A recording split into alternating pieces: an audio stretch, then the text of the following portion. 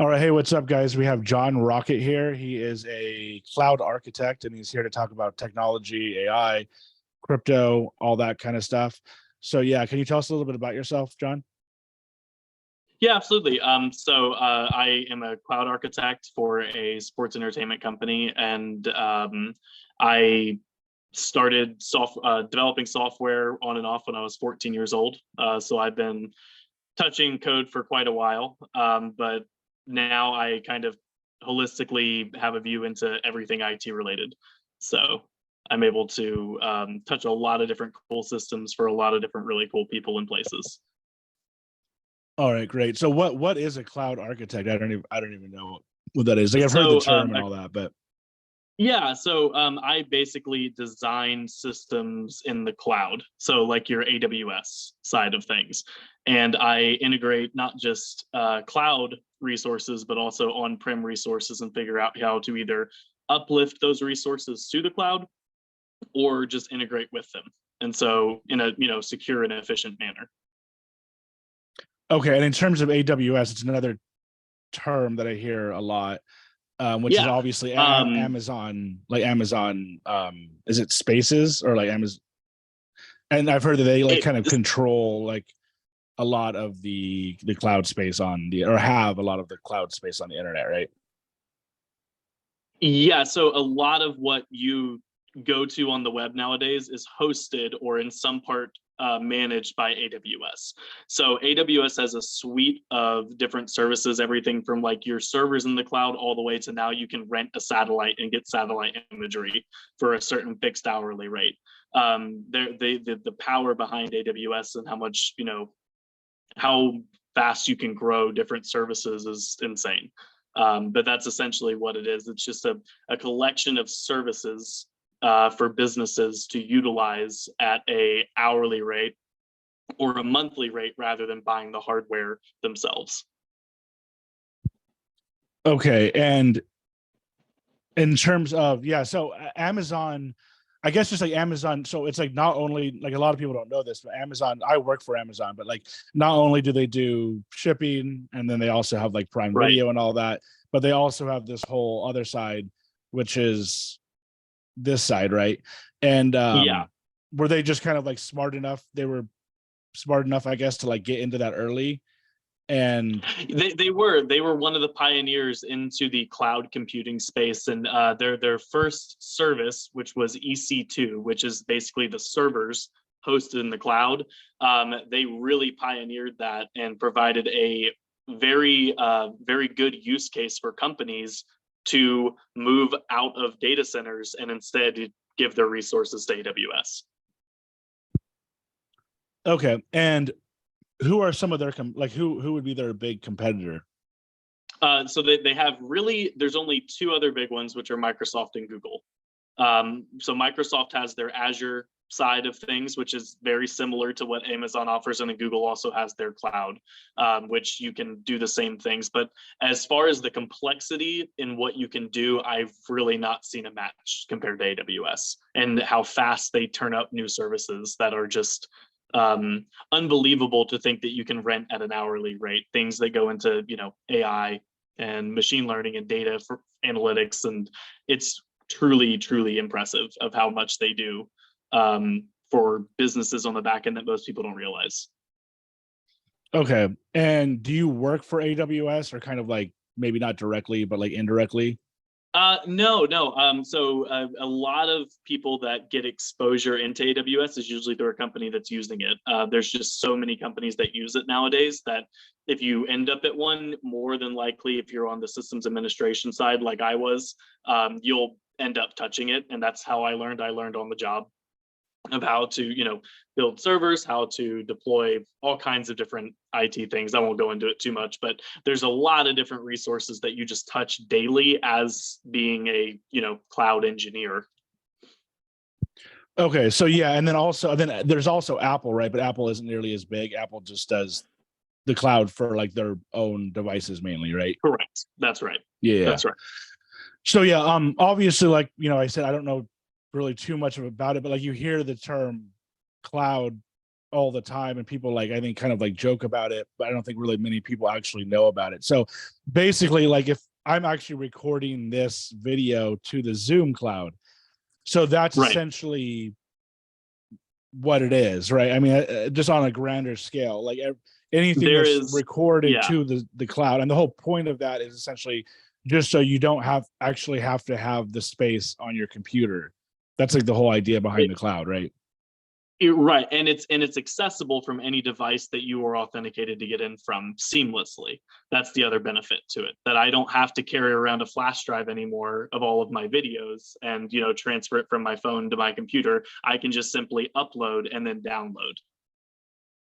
Yeah, like one of the problems that I've had with the cloud personally is, like, for instance, with like my iPhone, and like it seems like it's like naturally gotten better, but it's like I have a ton of videos and a ton of pictures, and then like those will go to the cloud.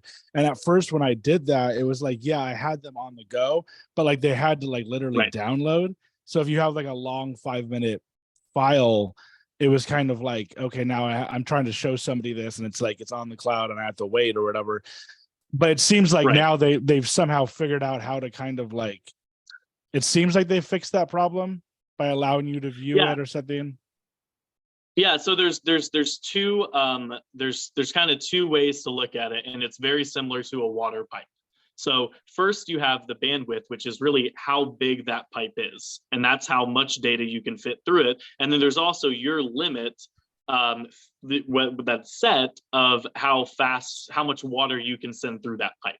So there's it's a two-layer kind of way of thinking about it. So if you have low signal, then your pipe is going to shrink really tiny, right? And so you can only send so much. But then if you hit like a data cap, then obviously you're not allowed to send as much water through that pipe, even though you have, in theory, the amount of room. Okay. So yeah, I would get into like how that all works, but it's, it's probably just boring. But so in terms of what you do, basically, to simplify it, like you just work in the cloud. Like you said, you do like systems within the cloud, but you're essentially just Yeah, setting I up. design I design applications that live in the cloud, and I pull in resources that, whether they live down in a data center or whether they live already in the cloud and they live in someone else's cloud, I figure out the best way to integrate all of those into a single streamlined application that's beneficial to the customer. Okay. So yeah, so when I went to college, this was like a while ago now, like 20 years ago or whatever.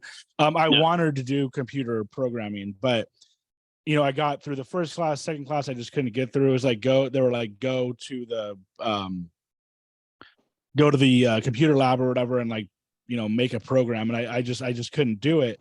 And I've always Yeah. kind of been like, damn, I kind of wish I got into that. It seems like a very good field to get into, especially if you're working for like Google or Apple or whatever. But how Right. hard is it really to do? And it's like, you don't have to be shy or whatever. Like, is it all pretty like complicated what you're doing? I will say that, I'm 26. I do not have a college degree, but I also started in the workforce in IT when I was 18, and I started coding when I was 14. So I have about 12 years experience coding and about 6 years experience in the cloud. And then I was forced into it essentially at my company. So, whether you go the college route or whether you go, my route, I think that it takes an extreme amount of patience, and it takes a lot of critical thinking more than anything else. And realizing that there are so many answers to the question that you are looking for, that you just have to accept and choose one and try it rather than trying to find the best one. Okay. Yeah. And it's like, I don't think that I'm very good with patience or critical thinking, sadly. Like when I was in high school, like I was good at like doing math, but it was more because it was like, kind of like A plus B equals C. It was all kind of like, I'm good at like, I guess, following instructions. But when it comes to like, Right. okay, go into the lab and make yourself a program, or you have to be able to figure this out, I'm not as good at that. And I would say most people probably aren't, right? Like most people aren't good with math, and especially like complicated math and all that. Yeah, so the nice thing about most programming, and unless you're getting into things like AI and big data and I guess things that are specifically surrounding math topics, most of it does not involve heavy math. Simple like website design and things like that. It's very basic math, and a lot of the backend data that I work with doesn't really involve any math. It's more of the ability to continuously try things. And you're going to get stuck about 95% of the time when you first start out, and you have to be okay with that. And a lot of people aren't okay with that. A lot of people don't like that frustration. They don't have the patience to just keep trying things and keep pushing and pushing and pushing until eventually one thing clicks and then another thing clicks, and then you go to a different language and then you kind of feel like you start all over, but then you keep going. Like I know 7, 8 programming languages that all have just come. Python was my first big one, along with learning PHP on the website, and then it just continued on from there. And they all have similarities and differences that you just kind of pick up along the way. Yeah. And so getting into like more of the stuff that I want to talk about, like AI, I find it all like fascinating, and Yeah. I'm kind of like looking forward to all of it. And like recently I listened, I don't know if you know like Lex Friedman, his podcast. Yeah. But yeah, I listened to him, and recently I listened to like Sam Altman on there. I obviously listen to like Elon Musk and Mark Right. Zuckerberg and all those types of people. But so in terms of Chat GPT, I guess like, is it as impressive as everyone? Do you think it's as impressive as everyone says that it is?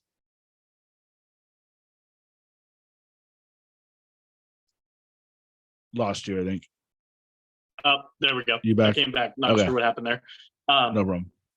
Yeah. So in answer to your question, no, I don't think it's as impressive as everyone thinks it is. But at the same time, it can be such a time saver.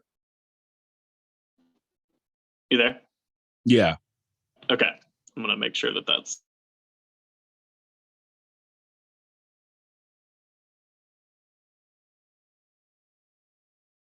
You're frozen.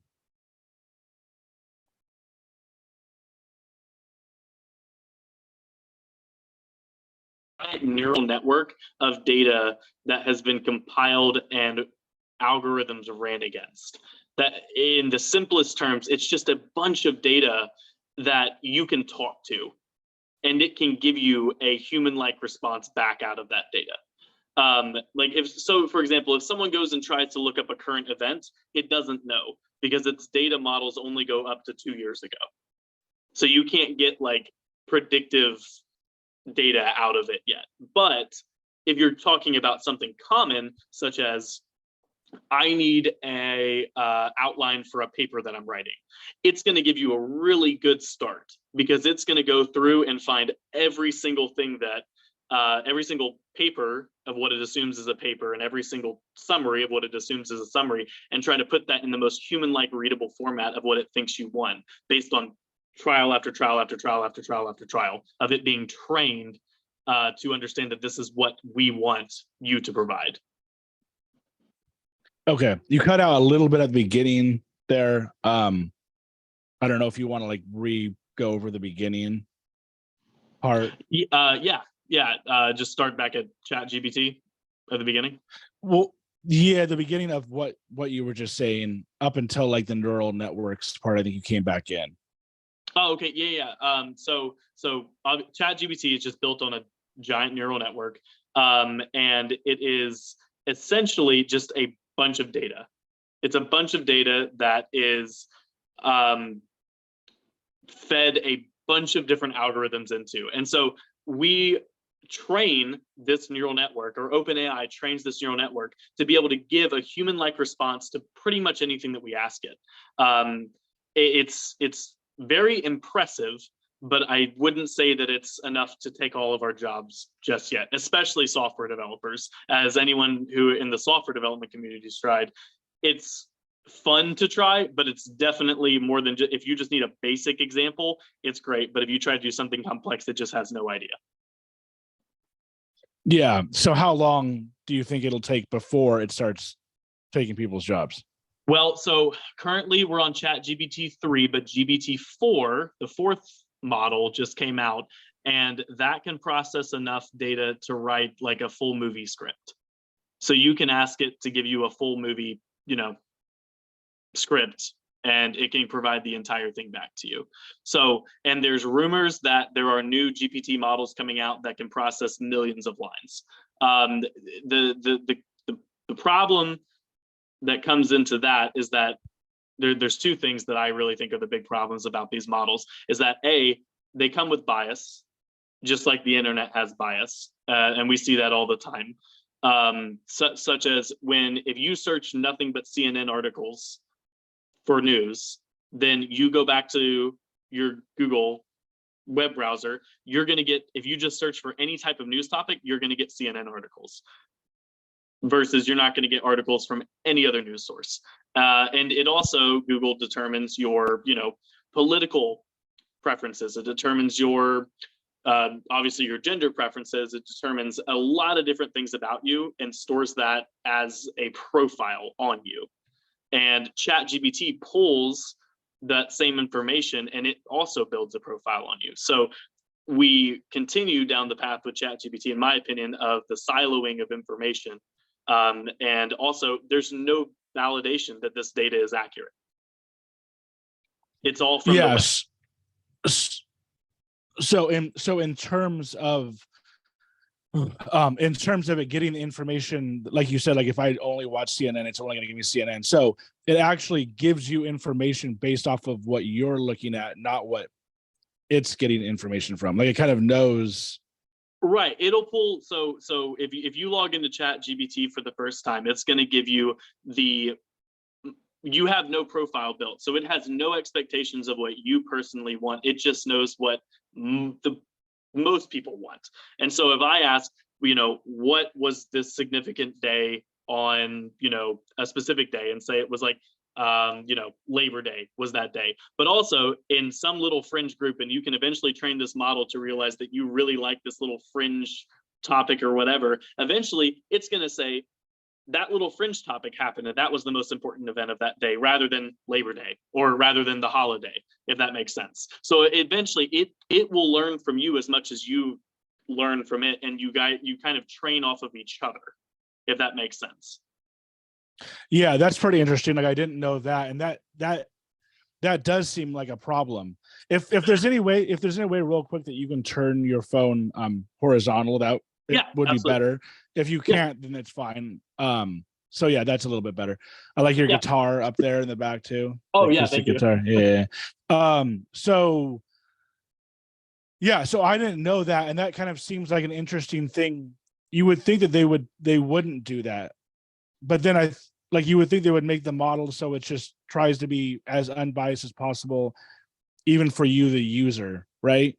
Because they don't really want, because of everything going on YouTube and Facebook and everything, I'm assuming they don't want people going down these like crazy paths, right? But that's what people want, and that's the common problem. Because if I only want to see Fox News, and I never click on CNN, then Google's going to give me only Fox News, because that's what I'm going to constantly Google for, and that's what I'm going to constantly search for. Same thing on the other side. Same thing with any type of preference. If you have a hobby, right, and say that there is something like, for example, I also have a reef tank, and I love my reef tank, and I Google different scientific things about it all the time.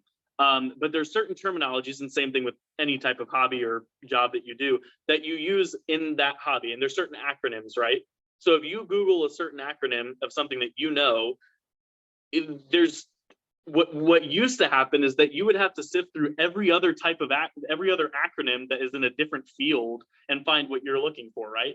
Now it just knows that when I type in calcium, it pulls up calcium for reef tanks, rather than searching like calcium on the periodic table or calcium involved in food processing or like any other field. It just knows that I'm looking for calcium in reef tanks. So it limits my visibility into even other fields of interest that I may or may not know even exist.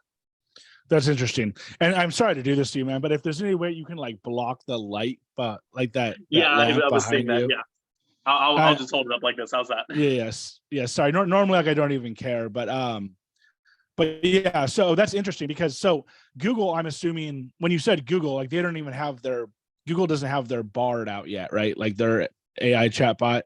That's And not not out that yet, I'm right? aware of, not yet. No. Yeah. You don't have to hold it. Are you having to like hold it? Yeah, let me see if I can just turn my keyboard here a little bit. There we go, because I've got this really nice keyboard that.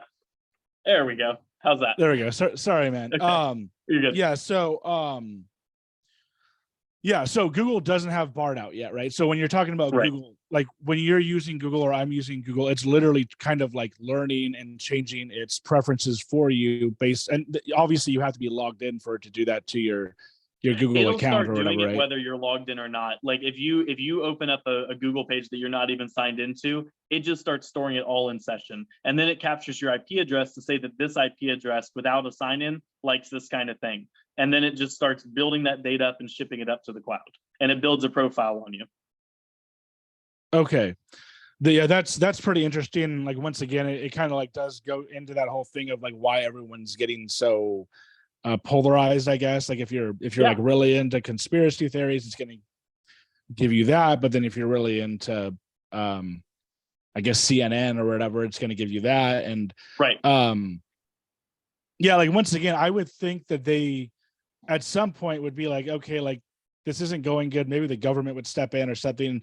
And I know I feel like most of these companies are obviously like Google and all these companies, Bing and Apple. Like I don't even know if I should say this, but it's like I genuinely do trust them, mainly because of their belief system, and it's like that is also biased, in terms of like most of them are liberal or whatever, I know, or at least coming off that way.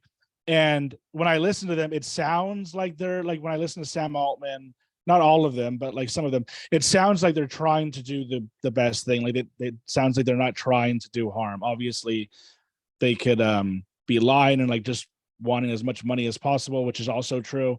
But the point is that like you would think at some point, but that's another thing that I was going to ask you was like, so with YouTube and Google, do you think that like their viewpoint is, well, give the people what they want? Like if John wants to look at conspiracy theories, then give it to him. If Micah wants to learn from CNN, then give him that.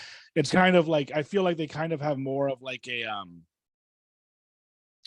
I don't know if I want to say like communist approach, but like in a way, I feel like they have this kind of like what would be the word for kind of like like give the people what they want. I feel like YouTube is doing an extremely good job at giving the people what they want. And it's like I can go on there as long as you're not breaking their terms of service or the rules or whatever. I can go on there and they're giving me an opportunity to go on there and say whatever I want and view whatever I want. And in a way that's good, but then also this is a long way of me saying basically in a way that's good, but then also it can be bad if you're looking for the wrong things. But then it goes to the thing of who is Google to control what to show, right? Like, and that's a big question, because the big problem that we have, in my opinion, is that the government doesn't know enough about the technology that's in play today to make a decision, at least from a political spectrum. And you have the tech companies, which you have to wonder, like Google is a gigantic company, but how do they make most of their money? They make it off of advertising, and they give you ads that are relevant to you. And that's, at the end of the day, that's how they make their money. That's a lot of their revenue. And so they're not going to give that up, and they want you to click on what you want to click on because that makes them money. Yeah, and that totally makes sense. I feel like they still, in my opinion, don't do a good job at doing that. Like, for instance, I have the Google News app, not even really Google News, but just like that the G app that gives me stories. And most of the time, I'm just not that interested in them. It could just be because there's nothing going on in my world that I want to see. But then also with the ads, I don't really feel like the ads are targeting me. So I really kind of question, and it could just be me. Like my girlfriend was saying last night or the other night, like, you're so niche-y and like into like it's very hard for me to find a movie I want to watch or a TV show. Like I'm very picky. But I mean, what about you? Like when you're on YouTube, are you kind of like, oh wow, like they really know me, like they're like just advertising me correctly and showing me all the right videos and everything?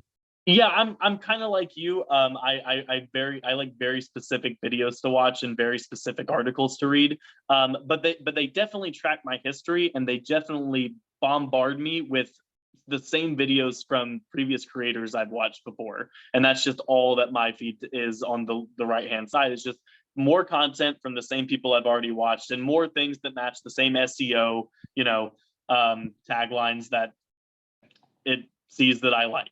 So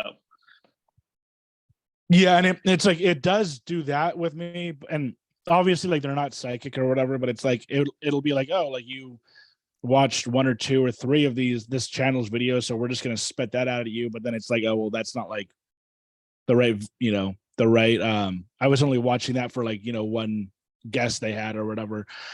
right. So yeah, and so in terms of I guess going back to the AI, well, actually first let's go with do you think that these big companies, Google, Apple, and Microsoft, Bing and all of them, do you think that they kind of genuinely have the best like good motives? Facebook too, with like Mark Zuckerberg. Like, do you think when going into it, they really are like, we like Facebook, we really want people just to like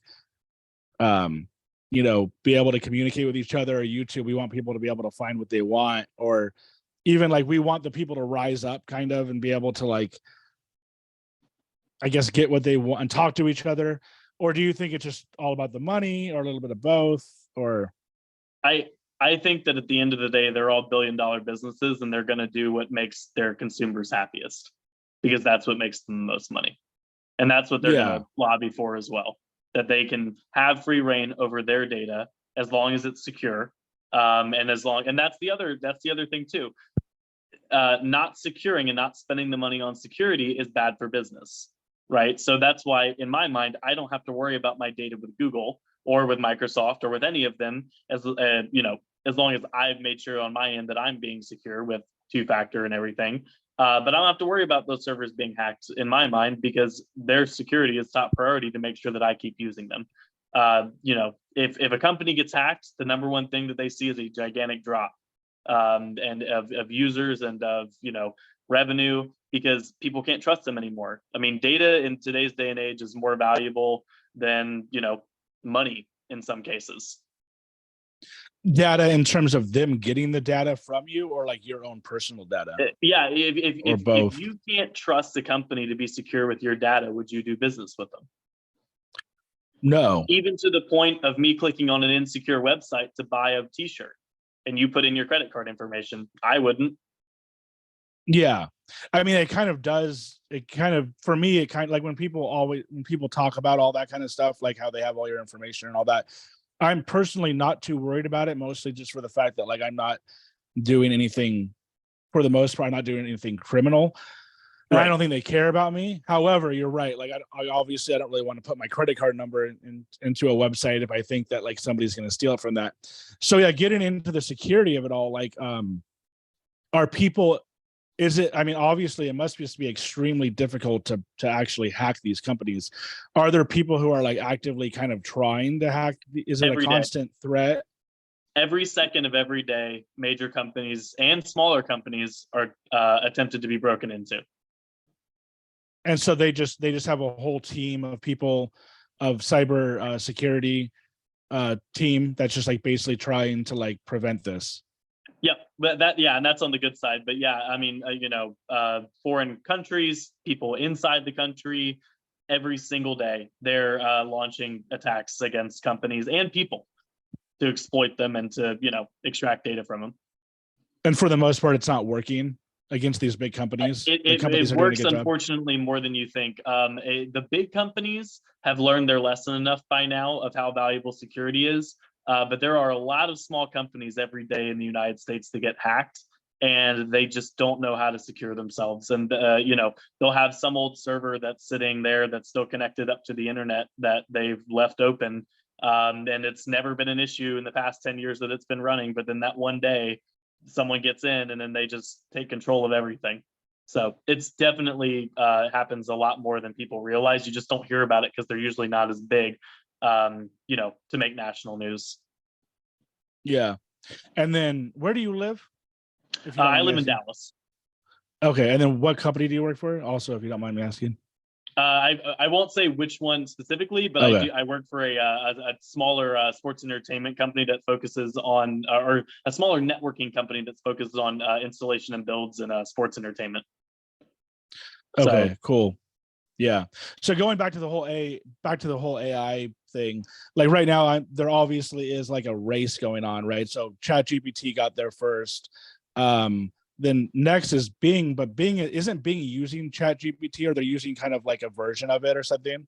they are definitely using a version. So ChatGPT has kind of said, look, we're going to open source this to users, but companies can pay to use our service on a much higher frequency basis. And that's what a lot of companies and startups now have just spawned out of nowhere and said, look, we're gonna take ChatGPT, and we're gonna focus it into a specific market that's going to help a specific set of customers. So instead of you having to go to ChatGPT and have to type in all this stuff to get a specific response of exactly what you're looking for, we're going to do all that for you in a nice visual dashboard, and we're going to preload it with all these prepared things. Like, for example, there's already a whole bunch of these things coming up for like social media promotion stuff. And so how do you write a really good viral tweet, right? And so ChatGPT can give you an answer for that. Now, whether it actually works or not is anyone's guess, but it can give you an actual answer for that. And a lot of these companies are betting, because their ChatGPT does know how to SEO orient content, that they can sell a whole bunch of this by using ChatGPT and then leveraging, their own platform on top of it. So it's already coming up. And the faster that ChatGPT gets, the more of these little startup companies and the more big companies are going to utilize the power of it. I just don't think people realize yet the full functionality of what we can do with it. It's brand new, and it's anyone's ball game to try to figure out what you can do and produce an effective result out of it. Yeah, and I've seen some of these YouTube videos where the people are like, make 10,000 a day or whatever using ChatGPT, and so like I tried doing one or two videos. Like literally, I actually did one or two videos on YouTube on my channel. One of them was of Sam. I think it was actually like, is Sam Altman like the new Elon Musk? And it gave me a script, but it was like, it really, and like I know that people are very good at like using the correct prompts and all that to get what they want. I'm not, but yeah, it didn't, in my opinion, it didn't come out great for me. I put like very like limited time doing it. I just wanted to see like how it worked, and I had pictures and stuff. But in terms of that, yeah, like, do you think that type of thing can work for YouTubers? Like, are we to a, like, would that work for me if I just started like asking it interesting questions and then kind of like regurgitating the answer onto YouTube or whatever? Like, do you think it's good enough for that? Yeah, I think it's good enough to give. So whether it knows what people actually want for specific niches and markets, that's a separate question entirely. But if you're trying to please the search engine, which is what a lot of us do as creators, try to please, the SEO behind Google, then yeah, it's extremely powerful because it knows exactly what to put in there to optimize your target audience, at least from a search engine perspective. So like when you're asking, like if I was to go on there and ask for the correct SEO to use, how would I ask that question? Like you could do something as simply as put in the title that you have in mind for an episode or for a piece of content, and then you can ask it to make this SEO friendly. And it will put in keywords, format, everything to make it optimized for a search engine. And a real easy way to see if something's been SEO optimized is think of it as a news article. We all recognize a news article because we see it for the most part. We'll see them say like some big breaking statement, right? It's some big thing that has all the right words in it and it just catches your attention. That's essentially what SEO does. It's formatted a little bit differently, but it's the exact same concept of this is going to grab people's attention and make them click on it more than this. Okay. And yeah, so in terms of, so there's ChatGPT, which is what I've used. And then isn't ChatGPT 4 technically out now? Like you just had to pay for it or something? I think it's on a paid model right now. I don't know if it's been completely released to the public. I keep seeing Twitter post about it, but I have yet to access it. I know that it's going to be pretty freaking similar. You're just going to be able to ask it more in-depth questions. It sounds like a lot better if it's going to be able to like create like a movie script. And yeah, and it's going to be able to respond with a lot longer answers. You can write a mini novel with it. I mean, it'll go in depth enough to give you character plots and everything else, and provide it all in a nice, neat format. And when do you think that'll be available for everyone? And will it eventually be free, or is it going to be like a paid thing? I think eventually it will be free if OpenAI continues, and if they can, keep the lights on. I mean, I don't know if people know this, but OpenAI is putting a gigantic bill to keep this thing alive, and so that's why they're farming it out basically to companies to help foot some of this bill. It's just it's millions upon millions of dollars to have ChatGPT run. So I'm sure 4 is even more energy intensive and compute intensive. Yeah.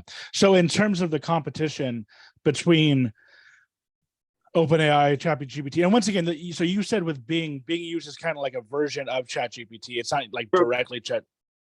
Yeah, from my understanding, they do. I could be wrong on that. I haven't done too much look into Bing. I tried it like once or twice, and I was like, yeah, this is pretty terrible right now. I'll stick to OpenAI. But yeah, I don't know too much about the Bing side of it. And so you're literally just going onto the OpenAI website, which is a very kind of like minimal, kind of like almost old school website, right? Like a lot of those I've noticed are like that with OpenAI, and then a lot of these like Midjourney. Have you heard of those ones, like the art stuff? Yeah, so Midjourney is an interesting one because it's out of a Discord server. When I was reading through that, I had to double take that because I was like, wait a minute, we're connecting to a Discord server to generate AI images. But I have tried that one too. That one is interesting. It's hard for profile pictures to get the result you want. Like if you're going to feed it an image and expect it to do something crazy with it. My profile picture on our podcast website was actually generated by Midjourney, so that was really cool. But it took a lot of tries. So yeah, that's not a bad idea to use like a Midjourney or OpenAI. I used OpenAI for a bit getting pictures. And I was also trying to go down that route a little bit. I kind of got interested in, how people are using AI pictures and then posting it to Instagram and getting a lot of followers. Yeah. I posted, I posted like 1 or 2, and I just wasn't really into the idea of it. I was like, if I'm kind of doing the Instagram thing for myself. I don't really want to like rip off, an AI thing, even though it does produce really cool pictures. Right. But yeah, I found that Midjourney thing to be really interesting. I didn't like it. I didn't like how you had to use Discord, and then it was like if it was on the free version, it was like everybody was just constantly posting, and you had to like ask for a result, but then it was like you had to like go back and like find it. I don't know if you encountered that at all. You know what I'm talking about? Yeah, I know exactly what you're talking about. Yeah. It's the neural networks are there, right? But the way that people are implementing them is just interesting. They're trying to target specific audiences of like Midjourney's on Discord, so obviously everyone who uses Discord, and it's a great way to get into Discord. And OpenAI being a minimalistic website, like you still have to do a little bit of thinking on your own for right now. Eventually, no, I think that it's going to tell you what to do for your job, but that's a long ways away. Yeah, like the vibe that I get from the OpenAI website, like I said, and these other ones too, is it's a minimal, but it's like an oddly futuristic mixed with like a retro. You know what I mean? Like it's not what you would expect of some like really crazy AI company to have as a website. It's very simple, I guess, but it's almost like what you would see in a movie.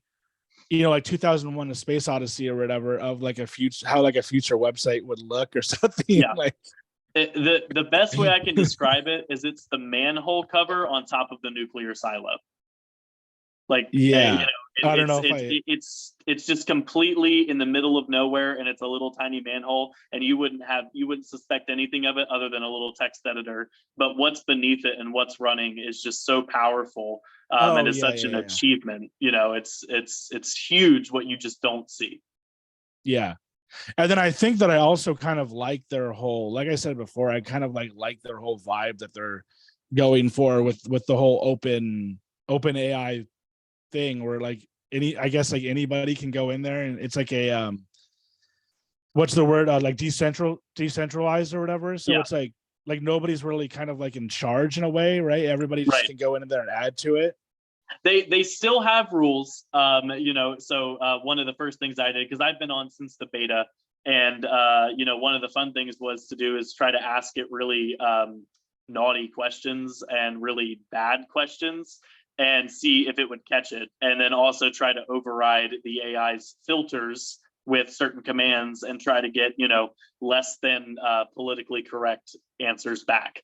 And so, you know, as part of the beta, you know, we were trying to crack in there, you know, all the other developers that were a part of it. And it was interesting, but they did a really good job. They did a really good job of locking it down. It is, I would say, for the most part, family friendly now.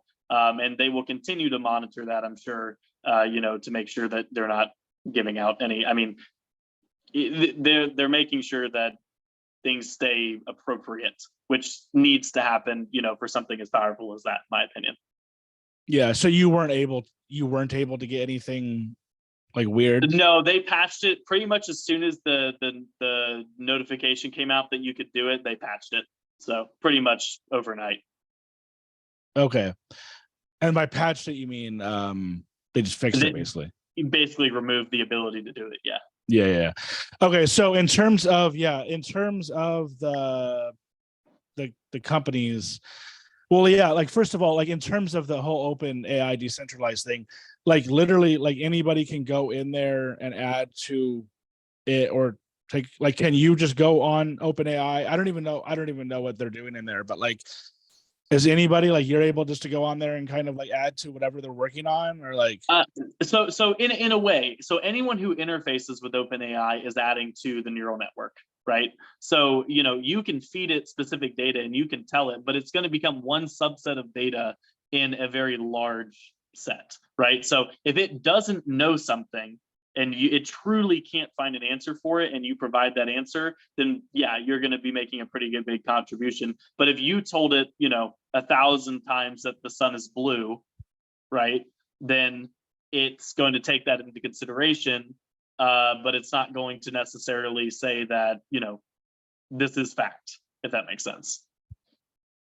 Yeah, and then in terms of like money, like if you're going on there and working on it and stuff, like would you get paid out a certain amount, or are you just kind of like doing it freelance or like for free, or? Oh yeah, no, it's totally just out of curiosity. That's you know, unless you're on the OpenAI staff, you're basically doing it for free. Yeah. So yeah, I've taken like a long way to get back to this question, but yeah. So in terms of the companies who are competing for the AI, is it mainly the chatbot, or is it just kind of like AI in general now? Like, so OpenAI, you know, and ChatGPT have really opened up a new layer of communication between a computer and a human. You know, what it does and what we perceive it doing is bypassing Google, right? We can go and we can get information more clearly laid out in ChatGPT than we can with Google, because Google has been a median for knowledge for what, since their real inception in the early 2000s, right? And when they really took off. And so this now has provided a new way for us to get information quickly, and not just information anymore, but provides results, right? It doesn't just give us an answer. It gives us a way to, it almost gives us, it gives us not just the picture of the house, it gives us the actual house, if that makes sense. Because for, you know, you can Google, how do I, you know, give me a good topic for this, and this, and you're going to get some blog post that's going to say, well, first you need to do this, and then you need to do this. But if I go to ChatGPT and I say, give me a summary of this, there's your summary, right? Yeah. So it gives you more than a point to something that may have a result, which is what Google does. It gives you the actual result, at least what you perceive to be the correct result, because it doesn't give you any other context for the most part. And that is kind of like the thing that it only seems to do, which is like kind of right. Somewhat of the unimpressive part. Like I brought it up to like my girlfriend's uncle, who's like an older guy and doesn't know much about tech at all or anything. He was like a finance guy, but and he was like, yeah, basically doesn't it just give you the information that's on the web already, just in like a summarized better format? And it's like, yeah, that is essentially what it's doing. So like, I don't even know if I would necessarily look at it as quote unquote like AI, right? It's like, I don't really still feel like we're to the point where it's true AI being like its own entity. It's not like so me talking to you. It's like, you know what I mean? It's definitely not an entity by any means. It's just a really large neural network of a bunch of data that is being modified and re-optimized at a very fast rate to make it sound human-like and to give you a human-like response, essentially, instead of giving you a website link. It's almost like kind of like it's almost like kind of like faking AI in a sense, right? It's like wanting you to think that it's real or sentient, but it's really not, right? I mean, remember that it's definitely not sentient. And so sentient would be, I would say, the final stage of where artificial intelligence is heading. AI is, in its definition, it is simply a way for a computer to be human-like, right? It doesn't have to necessarily have feelings. It doesn't necessarily have to, be able to interact, right? Because there's a lot of AI programs that you don't necessarily interact with in the way that you would imagine. Like, for example, self-driving cars, right? They use AI every day, but you don't interact with them in the way that you do ChatGPT. But what AI does is it makes human-like decisions. That's really what I consider defining AI. So, it will give you human-like responses based off of previous decisions made by humans, of what it interprets as humans. Yeah, like the only problem that I have with it, and I think that I kind of understand the reasoning for this, would be like the bias or whatever. But it's like, if you ask it a question such as like, what do you believe? It's obviously not going to believe in terms of religion or whatever. It's not really going to believe anything. It's just going to say, well, it's going to give you the most honestly factual. It's really just factual, but it doesn't have its own opinions, basically. There's no emotion. Yeah. And that's the sentient part of that we're missing from AI, right? Is the emotion and basically just the emotion and the ability to think for yourself rather than being, controlled by algorithms in the background, if that makes sense. Yeah. And do you think that we'll ever get to the point of the true sentience thing where it will be? I think so. I think that at some point we will, and it'll be an equally terrifying and exciting day when we do. Could go full Terminator, could be the best day for humanity since the dawn of, mankind. Yeah. And I want to get back to that, but I still want to ask the question of, between the competitors being OpenAI, Google, who are the other big competitors? But I know there's a lot of them trying to do this right now, right? Google is the next step up. And I think that Google, if anyone, has the best shot to provide a good, good run against OpenAI. I'm sure there are more, but they're definitely not as publicly known as, Google and Bing. And Bing, really, from my understanding, again, is it's really just a port off of ChatGPT. So Google Bard will be interesting. I am on the beta sign up, I believe, for that one as well. Because the big thing they were pitching is that in that one is like the auto writing of emails, right? It'll automatically write a response to an email. It'll automatically answer things. It can generate spreadsheet data, things like that, especially in Google Suite, right? So we will see how much further than that it'll go, rather than just providing, tool-based benefits, and see if it'll provide more knowledge-based benefits too, like OpenAI does. Yeah, I mean, in terms of like the email thing, I could see that getting kind of like messy if it's auto-generating responses. But it's like, what if it shoots off an auto generation that's just you don't want it to? And I feel like that's kind of like the problem with a lot of things with computers and phones and technology is, well, you're kind of like like you kind of want to get to the point where it's like advancing constantly, like with the iPhone. but I feel like it kind of got to a point where it's like, if it goes to the next level, it's just going to start doing things like almost like on its own, which may be not what I want, right? You know what I mean? Like, Right. and it's like I feel like they obviously know that like Apple's like probably the best company at like knowing what their customer wants and like giving them exactly what they want or whatever. Right. But to me, it's kind of like the iPhone now feels a little bit like kind of like it hasn't improved a whole lot in the past, I don't know, like 5 Yeah. years or so. You know what I mean? Like it kind of Yeah. seems like it's just a very similar version of the last one. Right. And yeah, so do you think that Apple will get in? Because I mean, they have Siri, which technically kind of is it's kind of an AI bot. It's not really, but it's like it. I haven't followed up with Apple recently, but I'm sure they're working on it. I mean, all of the big companies, the FANG companies, are working on their own neural networks, and a lot of it still centralizes, the ability to talk between them. That's something that OpenAI has really brought to the forefront of the conversation. But big companies have been using neural networks now for the past, decade. And they've been collecting data off of customers, off of devices, off of interactions, and feeding all of that into neural networks. I mean, Google's a great example of, and same thing with Apple, of where you can ask, where's the best Mexican restaurants, right? Or where's the best Italian restaurants? And it will give you, exactly what you're looking for, right? If you eat at nothing but Taco Bell and you go ask for Mexican restaurants, it's going to make sure to show every Taco Bell, right? Is it really gonna? Yeah. Is it at that point? Because Yeah. I honestly haven't noticed it to the You don't. point. That's the You thing. don't You notice just it. don't notice. You don't notice. It just works. It just, like, you ask it something and it just knows, but you don't even realize that it just knows. You just say, that's exactly what I wanted. Thank you very much. And I'm on my way. Yeah. Like I said, unless you're in a situation where you're like, I don't want that. You know what I mean? Like you're like, Right. And so I normally so do want Taco Bell, but now you're giving me the wrong answer. You know what I mean? right. Like, So the question is how much of a profile built on me is too much of a profile built on me in that conversation. well, Like, yeah. at what point is my social tied and my credit score tied to my Google profile?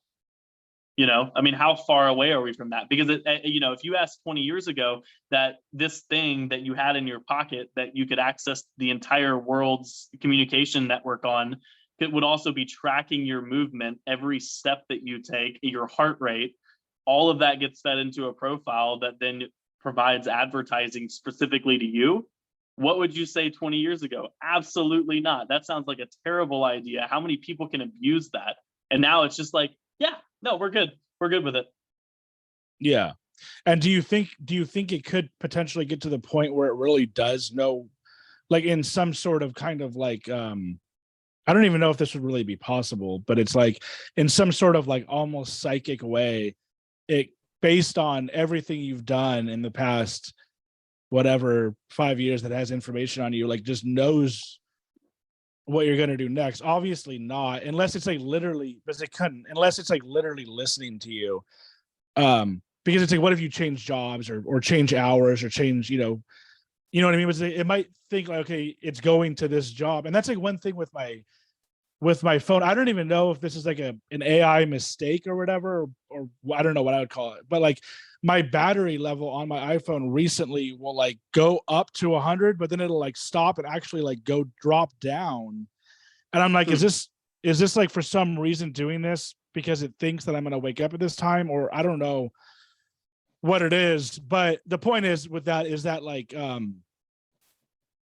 even if it thinks that it just goes back to even if it thinks it knows what you're doing, when you're doing it, like how you're even going to respond to a given situation. Like, does he want Taco Bell or Del Taco today? It really will never know. But that is the question: is do you think that we will get to a point? I think like I don't know if you saw that show Devs by any chance. It was like a TV show. Like Alex Garland directed it. He did like Ex Machina and. Did you ever see it or anything? Or no, I've never seen it. So basically, the concept is like or I guess it was actually Nick Offerman was like the owner of this giant like Google type company, and they built this super secretive what was it? I guess it would be like a superhuman AI type thing, but it was somehow Right. able to predict everything. So it was able to predict way into the future, I guess, but then way into the future, but then also in the back, and they could to the to the behind us to Yeah. the past, and you could like literally see what was going on. So we were essentially able to answer all of life's questions. Do you think we'll ever get to that point to where like AI is able to kind of like figure everything out and prove Well, everything or whatever? so I think that they have a slightly different approach to the shortfall of that. I don't think that it'll be able to answer absolutely everything about someone just upon looking at them yet, at least not in the near future. But what I do think that these, Google, Apple, except Amazon, definitely Amazon, what they do is, back to the Taco Bell conversation. If you see a Taco Bell ad just scrolling and looking at something, how much more likely are you to get Taco Bell over Del Taco? I mean, think about it. You just subconsciously see Taco Bell and it's right at lunchtime. You're going to be much more inclined to go eat at Taco Bell. So then you say, I want Mexican food. I feel like I want something. You just glanced and saw the Taco Bell and you're just like, you know what? Tacos sound good. What's for Mexican food? The page is tracking, saying that you saw this Taco Bell ad. You didn't click on it, but it showed up in your page and your profile is attached to, Google, whatever. Now it knows, let's send them Taco Bell. I mean, you think about the interconnection between the website, your phone, the cloud, the sponsors, the advertisements, all of it is connected. Yeah. And it all feeds to provide, How would it know that you saw the Taco Bell? Like, would you physically see the Taco Bell, or would it be like you saw a Taco Bell ad, so now it knows that you want? You saw a Taco Bell ad, or you drove by a Taco Bell. But how would it know that? I guess it knew that you drove by Taco Bell just based on GPS location or whatever. Yeah, which is also interesting because it doesn't really know where you're looking, and that kind of comes into like the glasses, right? The AI glasses. How soon do you think we'll get into the AI? Everyone will be wearing like AI glasses. I'm a huge proponent of them. Honestly, I'm over smartphones. I like talking to people rather than texting and looking at screens. I'd much rather it come up in front of me and be able to, give me more interaction in a more hands-free way. I think we're at least a good 5 years out from a real company to come out with a real prototype that can be mass marketable. I think Apple has a solid shot if they go down that path, but I don't know if that's something that they're interested in. Google obviously made their attempt, but it was way too early for people to buy into it because the technology just wasn't there at the time. Microsoft tried with the HoloLens to get people into it, but that has since been repurposed to a business-only product, and it's definitely not a entry-level fee to get in there. But they, I haven't tried one out, but supposedly you can, design buildings with wearing the HoloLens, and you can, build skyscrapers and see the 3D renderings and pin part and edit and everything else. It sounds really, really cool, but it's very business specific, right? Rather than something for the general public. I mean, there's definitely ideas out there, but we have to make it cheap enough, last long enough for the battery, to be usable every day. Yeah. Well, I know I've at least heard that Apple is coming out with supposedly with the AI, like they're working on it. But I kind of feel like it is one of those things, kind of like what you're saying, similar to like the metaverse, where it's like I think every company is a little like skeptical on doing it because they don't know if people want it, because it's like a ton of people probably, like a lot of people do want it, but then a ton of people probably don't want it. And a lot of people probably don't want you walking around with like cameras on your lenses. And like me personally, like I'm a photographer, videographer. I mean, I've been looking for like, they haven't come out with it besides the Facebook. Facebook came out with Ray-Ban stories that like you can film, but like doesn't really look that great a quality. So like the idea of me being able to like film something and having it in my glasses, but good quality, I'm like really into, because Right. but then there's the fact that people might not want to be on camera and they don't know they're on, and you're spying or whatever. But so I think that's a big thing with them. What do you think about like Facebook's metaverse? I've recently heard that like they're shutting it down basically. Like, do you think that's just completely um I just think not it's too working out? early.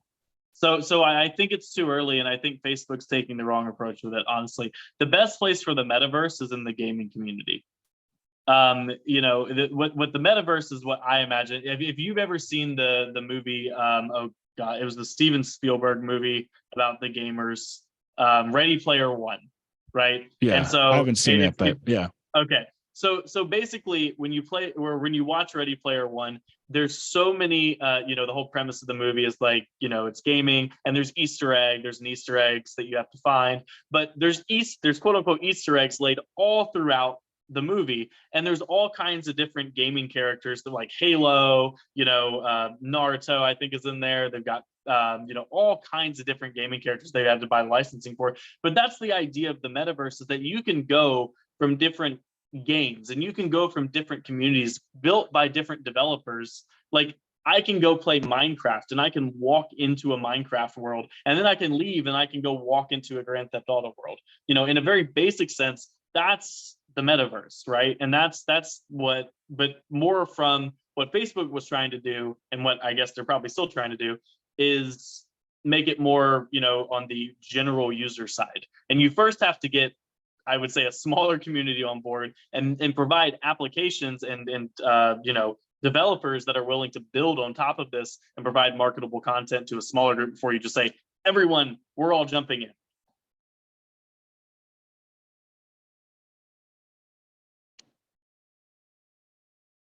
I think I lost your microphone. Oh, sorry. I think Oh, yeah, there we go. it was my fault. I had it on mute. Yeah, it just seems like a very complicated. It's always seemed like a very complicated thing to do, and I think for like people who are older, like not even like that old, but like they're like, I don't really want to like live in this virtual world. Like, I want to live in the real world. But then I think the kids coming up are more probably gonna want to live online, right? Yeah, I mean, like, I grew up in the early 2000s. I lived online. A lot of my friends lived online.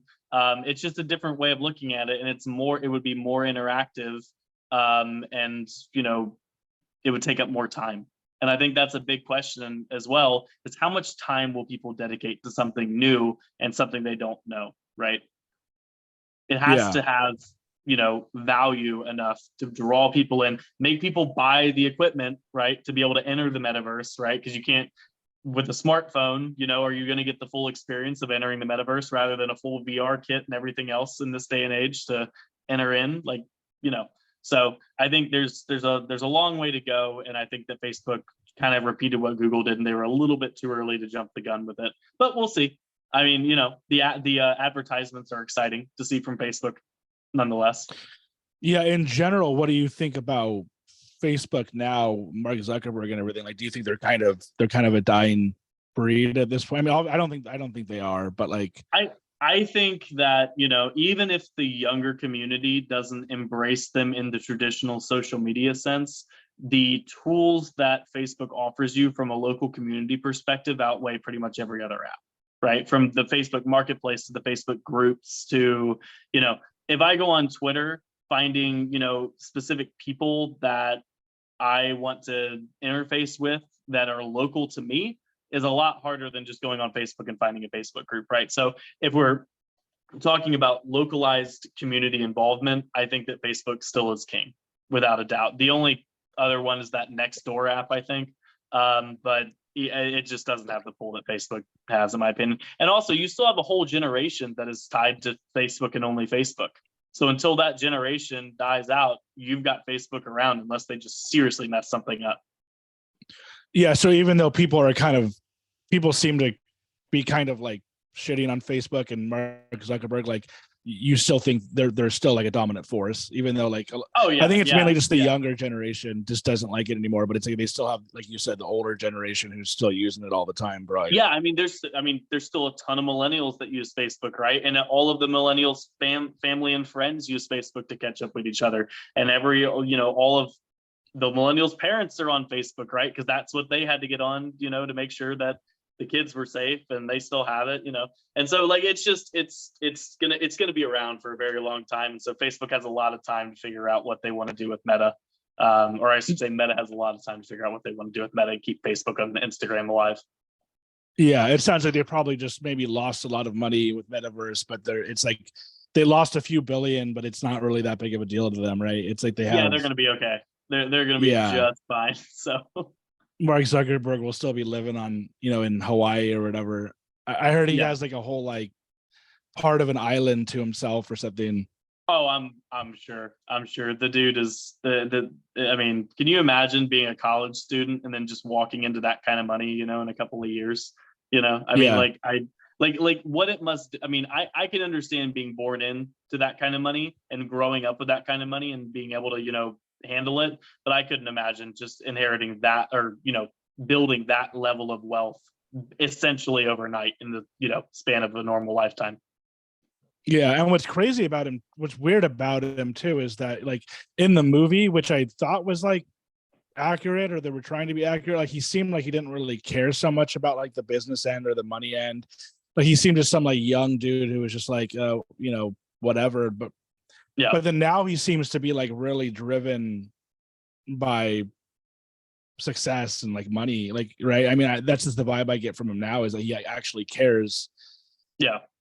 And yeah, so in terms of social media, well, first of all, I wanted to ask you before, when we were talking about the chat really quick, the chatbots with Google, I've seen stuff too about how Google is not doing as good, and it like show a picture of like the CEO Sundar Pichai or whatever, and it'll be like he's just like not doing good or something. Like, do you know anything about that? Like, is Google kind of like not doing as good because of Chat GPT or?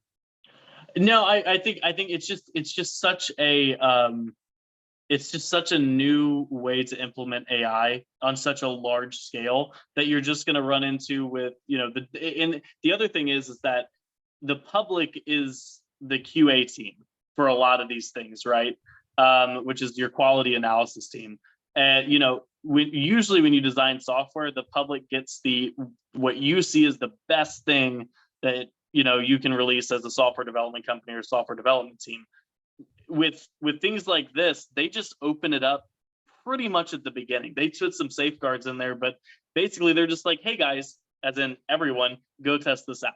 So, and we're all going to learn together, because this neural network needs to be trained as we need feedback, right? Because it's a learning network. So they want people to get in there and they want people to input things so that way it can start learning, right? It's like a child. It's like a baby, and you have to give it information for it to learn how to respond. Yeah. And in a way, I think that they were smart to do that. Like, I kind of give Microsoft, because I know, well, I think that like, even though like people also have this idea that Microsoft hasn't been doing as good recently, I've been told that they actually are doing well. It's just they're not doing well in like the popular spaces, maybe better with business or whatever. But I do give them credit. And I said this before on this podcast. I even give Mark Zuckerberg credit for going forward with Metaverse, because even if you don't agree with it, I think that it was a smart move to go ahead and put that out there, because it was an aggressive move, and it may have not worked out for them, but they were the first to do it. And I think overall it's going to pay off for them. You know what I mean? And it's like, I'm kind of surprised other companies, either they probably did see it coming maybe, but it's like the fact, it just seems like they're kind of like getting left behind by not doing it, Yeah, no, absolutely. I think it just depends on when the public is interested enough in it, right? Then companies will start trying to fill that demand. And then Facebook will step back up and say, hey guys, we've got the platform that you can host it on.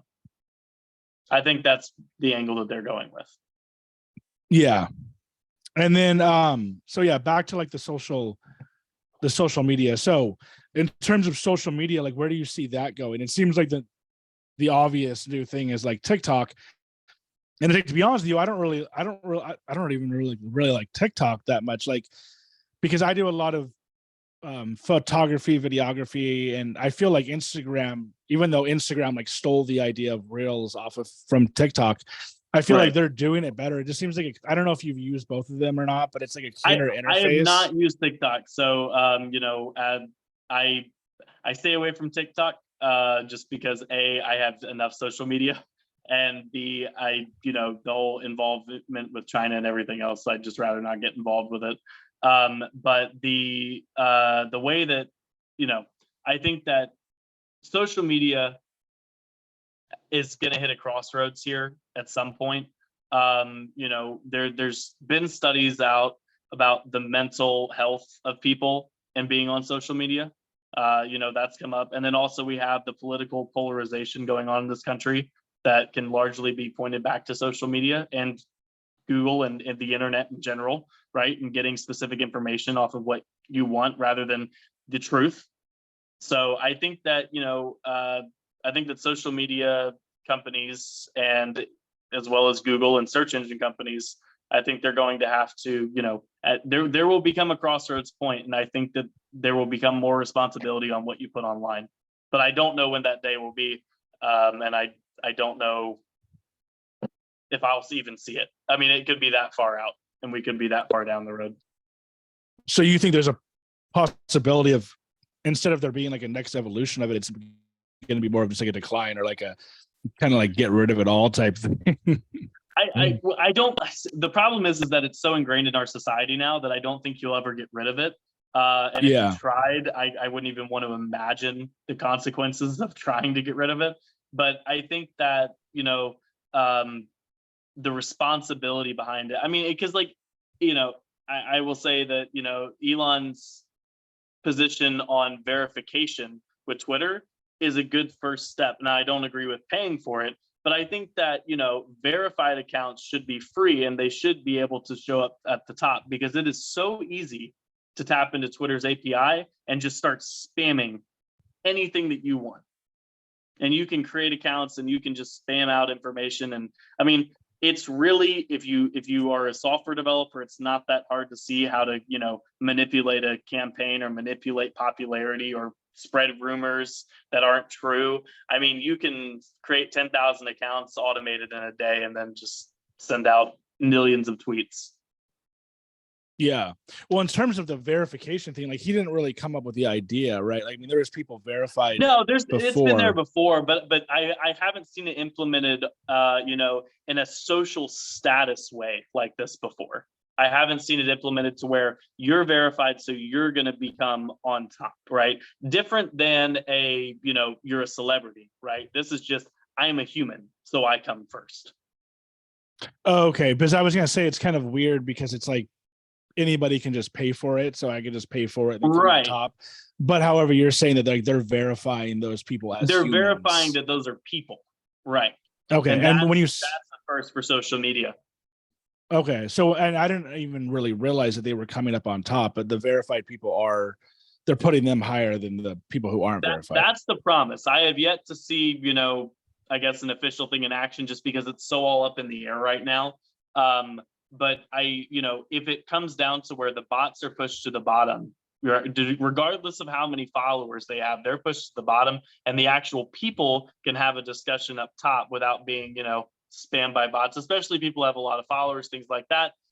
If there's a campaign against them or something like that, or for them, then you're going to get a whole bunch of information that's just not generated by people. And I think that's the whole goal behind it, is that can we get social media back to a place where people can just talk to people, especially on a platform like Twitter. It's not as much, I don't think, with Facebook, but still can definitely be a concern. Facebook has a whole different concern of accounts being hacked, right? And then people getting tricked. That's a whole different subject. Yeah, I mean, I haven't like really been that active on Facebook in so long that I don't really even know. Like it just seems like almost like, I don't want to say irrelevant, but because I know it's not irrelevant. I know a lot of people are getting information off of there, but like for me, it's just like I barely use it. But I've Yeah. been using Twitter like more like I've never really fully gotten into Twitter.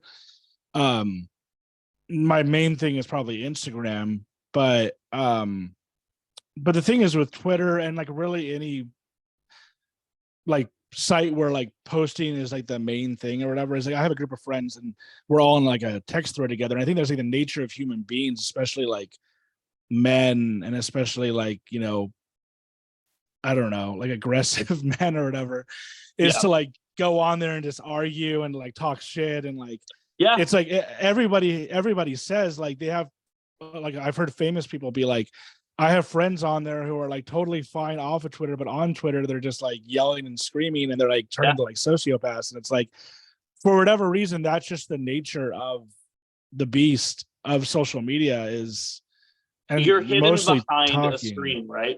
So no one, you can scream at someone all day long, but no one's going to turn around and punch you in the face, Yeah. right? There's no Yeah. there is yet to be, and of course there are exceptions to this. In some cases there have been consequences, but for the most part there's no consequence to berating someone, right? Physically, emotionally, you know, legally, there's really no consequence to you just going on and being an asshole to whoever you want to be. And it can tear that person down, but there's no consequence, right? You don't get to see the impact. You don't get to see the human reaction that you're you know, you don't get to see the human emotion that you're inflicting on someone, right? You don't get to see Yeah. the response. You just see the text that comes back. Yeah. And And then obviously to me, it's you like, imagine what they're doing, right? And usually when you get into an argument on Twitter, you imagine that they're smirking and that they're sending back some clever response and that they don't care, right? And that's what you just assume, that they're just conniving against you. But in all reality, they could be just as upset as you and they're just thinking you're doing the same thing. And that's the problem. It's you're removing the human layer from communication and just responding text via text. yeah, for sure. And how, like, so in general, how, like, are you like an Elon Musk guy? Like, how do you think he's doing a good job? Not only with Twitter, but like with everything. Do you agree with everything he's saying on there? Like, You know, it's a pick and choose situation of, you yeah, know, what I agree with and what I don't agree with. You know, um, I I personally have always been a firm believer that, you know, when you're the richest person in the world, that you just focus on doing good and not get involved in petty fights. But, you know, that's just my opinion. I think that the progress he's making with SpaceX is really promising. You know, I think that no one else is going to do it, and if he's got the money to do it, then he should do it. Starlink is also something that kind of has fallen out of the news cycle, but that's also, you know, the astronomers hate it, but I think for the general public and for the rural areas, it's a huge leg up to provide information that traditionally has only come from like cable news. And if you can get internet to places that don't have internet, that's a really, really big step up. The Neuralink stuff, I want to see more information on. I think that, you know, I hope that the stories of testing on the monkeys and pigs and tormenting them and torturing them isn't true, because I definitely don't think that you could come up with something that complex that quickly and assume that it's going to work. But and then the tunnel thing is just crazy to me. I don't understand. Logistically, the tunnel thing just makes absolutely no sense. So yeah, it seems like he I don't know, like really hasn't done much with the tunnel thing, right? Like he wanted to build a tunnel under LA for traffic, which if it works, yeah, then great. But I it's don't think like he like really finished it or anything, right? yeah, like you still have to get cars down there, and then there's the whole showcase thing of where the Teslas like go through in Vegas, and it's like that's great, but you're still only fitting like how many cars through there? I mean, the 405's backed up like what 20 hours of the day, so like you're gonna have to do a lot of tunneling to be able to try to alleviate any of that, and you're still assuming that you can get people out where they want to get out. You know, it's kind of like an Yeah, express lane. Like no one's gonna get on the express lane if there's only one exit and it's always backed up. yeah. The only problem that I have with him is I liked him a lot in the beginning, and in his interviews, he seemed kind of like almost like a timid, nice guy. But then some of the like, obviously, fine with some trolling, but some of the trolling he does or whatever he's doing on there seems like a bit much, and especially if he's like kind of like affecting other people's lives, you know. And then same thing with I don't know if you follow like Jordan Peterson and like those types of, or if you know them. Like, I definitely know of them. Yeah, like I don't know if you're like, I don't even almost know how you can like back someone like that up, as it's like he's just going on there and like spewing like hateful things to people, and it's just like, dude, you're like, you know, it's like you're an old man. Like, why are you being so mean to, like, you know, women that you find unattractive or whatever, you know?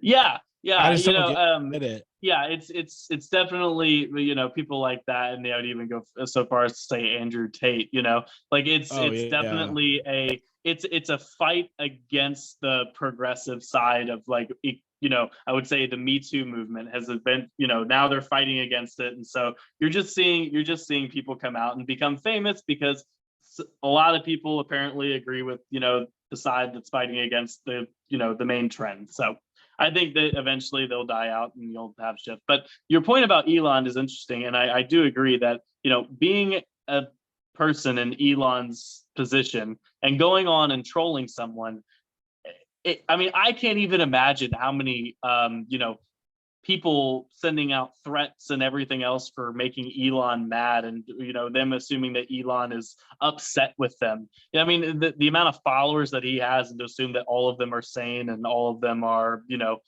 not going to do anything that they would possibly regret in the following morning is just crazy. So I think that there's a lot of social responsibility for someone in that position of power on their own platform now.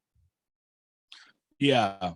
And it just, you know, it just seems like one of those things where it's like, being a billionaire, why would you want to go and spend your time on there doing that, and then getting all these people mad at you, and then but simultaneously getting a lot of like Republicans or whatever to respect you. But yeah, to me, it's just the whole thing is just kind of like, even though I may not like totally agree with like the whole woke Me Too thing, like, even though like I actually kind of do agree with like most of their sentiments, it's kind of like, I mean, it seems like they're just trying to like do good. Like, they're just, even though they might be going about it the wrong way, like maybe you shouldn't be like somebody who's like a know-it-all and like telling people, I don't know, like not to say certain things. It's just like, it seems like their ultimate goal is to like, especially like with the Me Too movement, it's just kind of like they're trying to get like, you know, more women to come out about being raped and stuff, or like sexual misconduct, or just outing men who are just like bad, you know. But Right. yeah, and then I guess recently I just heard about this. I know nothing about it, but like one of like Elon Musk's rockets blew up or something, right? Yeah. So like, do you know much about that? Yeah, so we actually talked about this on our podcast briefly, but it was from my understanding of it, they sent it a lot further than what they expected it to go. So it did have a RUD, which is a rapid unscheduled disassembly, is a kind way of saying it fucking exploded. But the data that they calculated and that they gathered from that launch was extremely important, and it hit a lot more milestones than it was supposed to, apparently. Now, with that being said, if you looked at pictures of the destruction around the launch pad afterwards, that, from what I've heard, was a decision by Elon to not build proper ventilation for the rockets to, you know, vent out. And it basically, all of that rocket force just put a crater through the concrete in the ground and damaged everything around it. And it actually is the reason that some of those engines failed upon launch, because the debris bounced back up and knocked the engines out. So I thought that was pretty interesting that he just completely ignored the engineers. And I have some small feeling that this had to do with it being 420 and it just had to launch on 420, knowing that it's Elon. But that's just my guess. But when you have that much money, then you can make things like a giant rocket launch specifically on 420 because you like weed. So yeah, like launching a giant rocket on 420 just for the memes, you know. It's like just for the memes. Yeah. Only so many people are able to do that, you know. And it's like, I mean, it's one of those things where he's just too big to fail. I think I don't think he ever will. Well, obviously not too big to fail, but too big to you know, go broke, I guess. Like he's always going to be doing good no matter what he does, I think. And Yeah, I think that the interesting thing that's come out this week is the drop in Tesla share prices. And I haven't read up too much why they dropped so much. I think it was something with them reducing the price of the cars.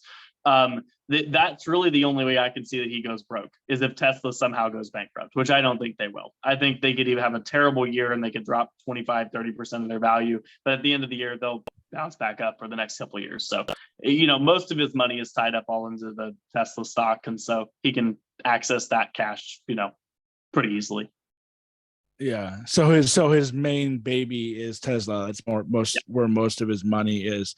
And yeah, I listened to like a whole podcast, and I've heard a lot of people say that he's like somewhat of a grifter. And I guess like with the whole Tesla thing, like most of the money he got was from government, like subsidies, whatever that word is, Right. Yeah, subsidies government or whatever, subsidies, subsidies, yeah. And he just, so much of the stuff that he does has been kind of like, I don't even really know what the word would be, like full of shit, or like he just kind of is like a grifter a little bit, like he promises a lot of just things an that he has asshole. yet to deliver on, right? So, Yeah. we're still waiting on the Cybertruck. I'm still waiting on my, Roadster that I wish I could own, but I'm still waiting on it. There's one floating up in space, but that's about all we've seen out of that. We're still waiting on this Tesla Semi. We're waiting on a lot of things that he promised and that haven't been delivered on. And at some point, I think the shareholders will get sick of it. I mean, he can put on a great show and do a great prototype, but how do you get it to production? And how do you keep the shareholders happy and the consumers happy by providing a continuous line of products that they can consume? Yeah, I mean, I don't know. It's a weird thing with Tesla, because I hear a lot of like, there's like obviously a lot of people who hate him and hate Tesla, but then when I talk to people who have a Tesla, they're like, oh, it's great, like it never fucks up at all. So it's like it's kind of hard to know like what to believe. And like once again, even though he's like not coming through with what he promises, it's like he really has come through with so much that it's like it's hard to kind of like hate on him for what he's done. But yeah, so you actually want to get, what's the deal with the Roadster? Like you want a Roadster, or I mean, like it, at the time it was supposedly the fastest production car that was going to be produced, right? 1.9 seconds. It's a 2-door Roadster that, is ridiculously fast. It was supposedly had 600 miles of range. And that was like, how many years ago? I mean, they did that whole launch. They have built like 10 of them, and then that was it. They haven't heard anything since. So I didn't like really even know anything about that. Like I know I've heard of the Roadster. For all I know, it could have been a car that's out. But so he promised it to come out, and it just never came out. And is he still saying? So they have the original Tesla Roadster, which is based off of a Lotus, right? So they ripped out the engine in the Lotus, put in all electric, and that was the original Tesla. And then they came out with the Model S, which was their first full production car, and then they came out with the Model X, I think. But then somewhere in there, they promised a Roadster, and they had a whole big release about it and everything else, and then they just never made it. And it was reasonably priced too for the fastest production cars, like 125 grand, which is really reasonable for what you got. But they just never came out and produced it. And I don't even know how many people put down deposits to buy that. I mean, that the Founders Edition Roadster deposit was like half the price of the car. And that's how much you were putting down as a deposit. I mean, it was crazy. Did you put one down? Did you put down a deposit? No, thank God I didn't, because I would have been really mad if I didn't get one and I wanted one that bad. Obviously, you just get your money back, right? I mean, I would hope so. I don't know. I don't know how, Tesla works like that. So, because if they're just saying, oh, dude, that would be delayed. pretty gnarly. Yeah. We're just delayed. Pretty gnarly, like, if you gave him a bunch of money and then, yeah. I mean, think about it though, like how many electric companies are coming out, I mean, like there's Polestar from Volvo. There's I think it's Volvo, it's Polestar. You've got the God, what's the name of it? They're doing an SUV right now. Fisker has resurrected itself under a new owner. Like there's just so many. What is that? Fisker? Fisker? Yeah, they were the kind of reason I think that Elon had to step into the electric vehicle market in his mind. because they sold a whole bunch of really fancy electric vehicles that were like $100,000, and then they all just started catching fire, started like burning themselves up. So really bad PR. Like they basically went bankrupt because of it. And so, but they just recently resurrected past like year or so, and so they're releasing new models. And so, but you have all these new companies out that, you know, are promising all these new electric vehicles that we just don't know anything about, like from a, you know, reliability standpoint, from a longevity standpoint. We don't know how reliable these companies will be because we've never seen them before, right? Like, you know, everyone has their opinion on a Ford or a Dodge or anything else. And so you can assume some level of build quality is going to carry over to their electric vehicles. But all these new companies, you have no idea. They could be built in a shed and they're just doing one a day in a shed and you just have no idea, you know? But you do think there's a possibility that, like, because of all these new companies coming out, they may be able to take over Tesla? Like there could be a possibility. I don't know if they're Tesla- ever going to take over Tesla's market share from, you know, or I think it's possible. Like, I don't think the small companies will. I think the small companies will be niche markets, and I think everyone's trying to be the next Tesla. But to be honest with you, GM and Volkswagen are definitely looking at the most promising to take over the market share from Tesla. I mean, they're coming out with. Mhm. Sorry, I was kind of wondering, like, why aren't all like the main companies just like putting out electric cars? Like, what's taking them so long to do that? Yeah, so they're coming up with a whole bunch of concepts just like everyone else, but they are releasing them at a slower pace because they want to make sure that they can still make money from it. Unlike Elon, who ran Tesla for how many years and it was unprofitable. Like, you know, most car manufacturers are like, look, we don't have the market cap that Tesla has of being ridiculously, you know, the profits per earning is just like crazy. So we have reasonable shareholders with reasonable expectations. And so we have to make sure that, you know, we're going to make money off of these electric vehicles, but still sell them at a price that consumers want. Well, why was Elon Musk able to be able to do that like so early on? If all these other companies are, people believed him and he got people to buy in. Yeah. So he really is good at like getting people to like believe with him, and he is really good at like marketing, or like, you know, like almost like marketing himself, you know what I mean? Right. Like, yeah, not only having absolutely. like the company marketed, but like, yeah. And it's crazy because I mean, he comes off, right? There's no business jargon, there's no PR jargon that comes out of Elon's mouth. It's all matter of fact, and it's engineering, right? That's what he talks about. He focuses on the details, not about the overall picture. And, you know, that's what people like to hear. And they want to hear about those details. They want to hear the blunt facts, not this PR spin on how this is supposed to come across in a, you know, in a politically correct world. They just want to hear the hard facts. They want to hear, you know, A through Z. What do you have to offer? And he provides that, you know, bluntly, and people like that. But it's weird, but it's like, why aren't these other companies just like learning that? It's like, instead of like bullshitting people, just do the same thing that Elon Musk is doing, you know, like. And I think more companies I think have, I guess, started to do that, like with, like, you know, I'm thinking of like Wendy's or like whatever, like on Twitter, like have you seen how they're like shit talking on Twitter or whatever? I know, like the Slim Jim too. I'm like, dude, that mod is like going crazy sometimes. Like, I haven't seen that one. Oh my God, it's absolutely insane. Yeah, Slim Jim and Cinnabon are they're married on Twitter. Like, it's like, I'm like, dude, what a marketing campaign. Like, just absolutely going crazy. And they follow back like every single person. Like a company following back users. It's wild. Part of me wonders if I lost my train of thought. It's getting late. Damn, what was I gonna say? Yeah, I don't know. I mean, what I was gonna say is part of me wonders if a lot of the stuff, I don't know. I mean, like a lot of the stuff he's doing now with like the whole like Republican, like going on, I don't know if you saw him like go on like Tucker Carlson or whatever, who's now off Fox News. Did you hear about that? Yeah. Thank God. Yeah.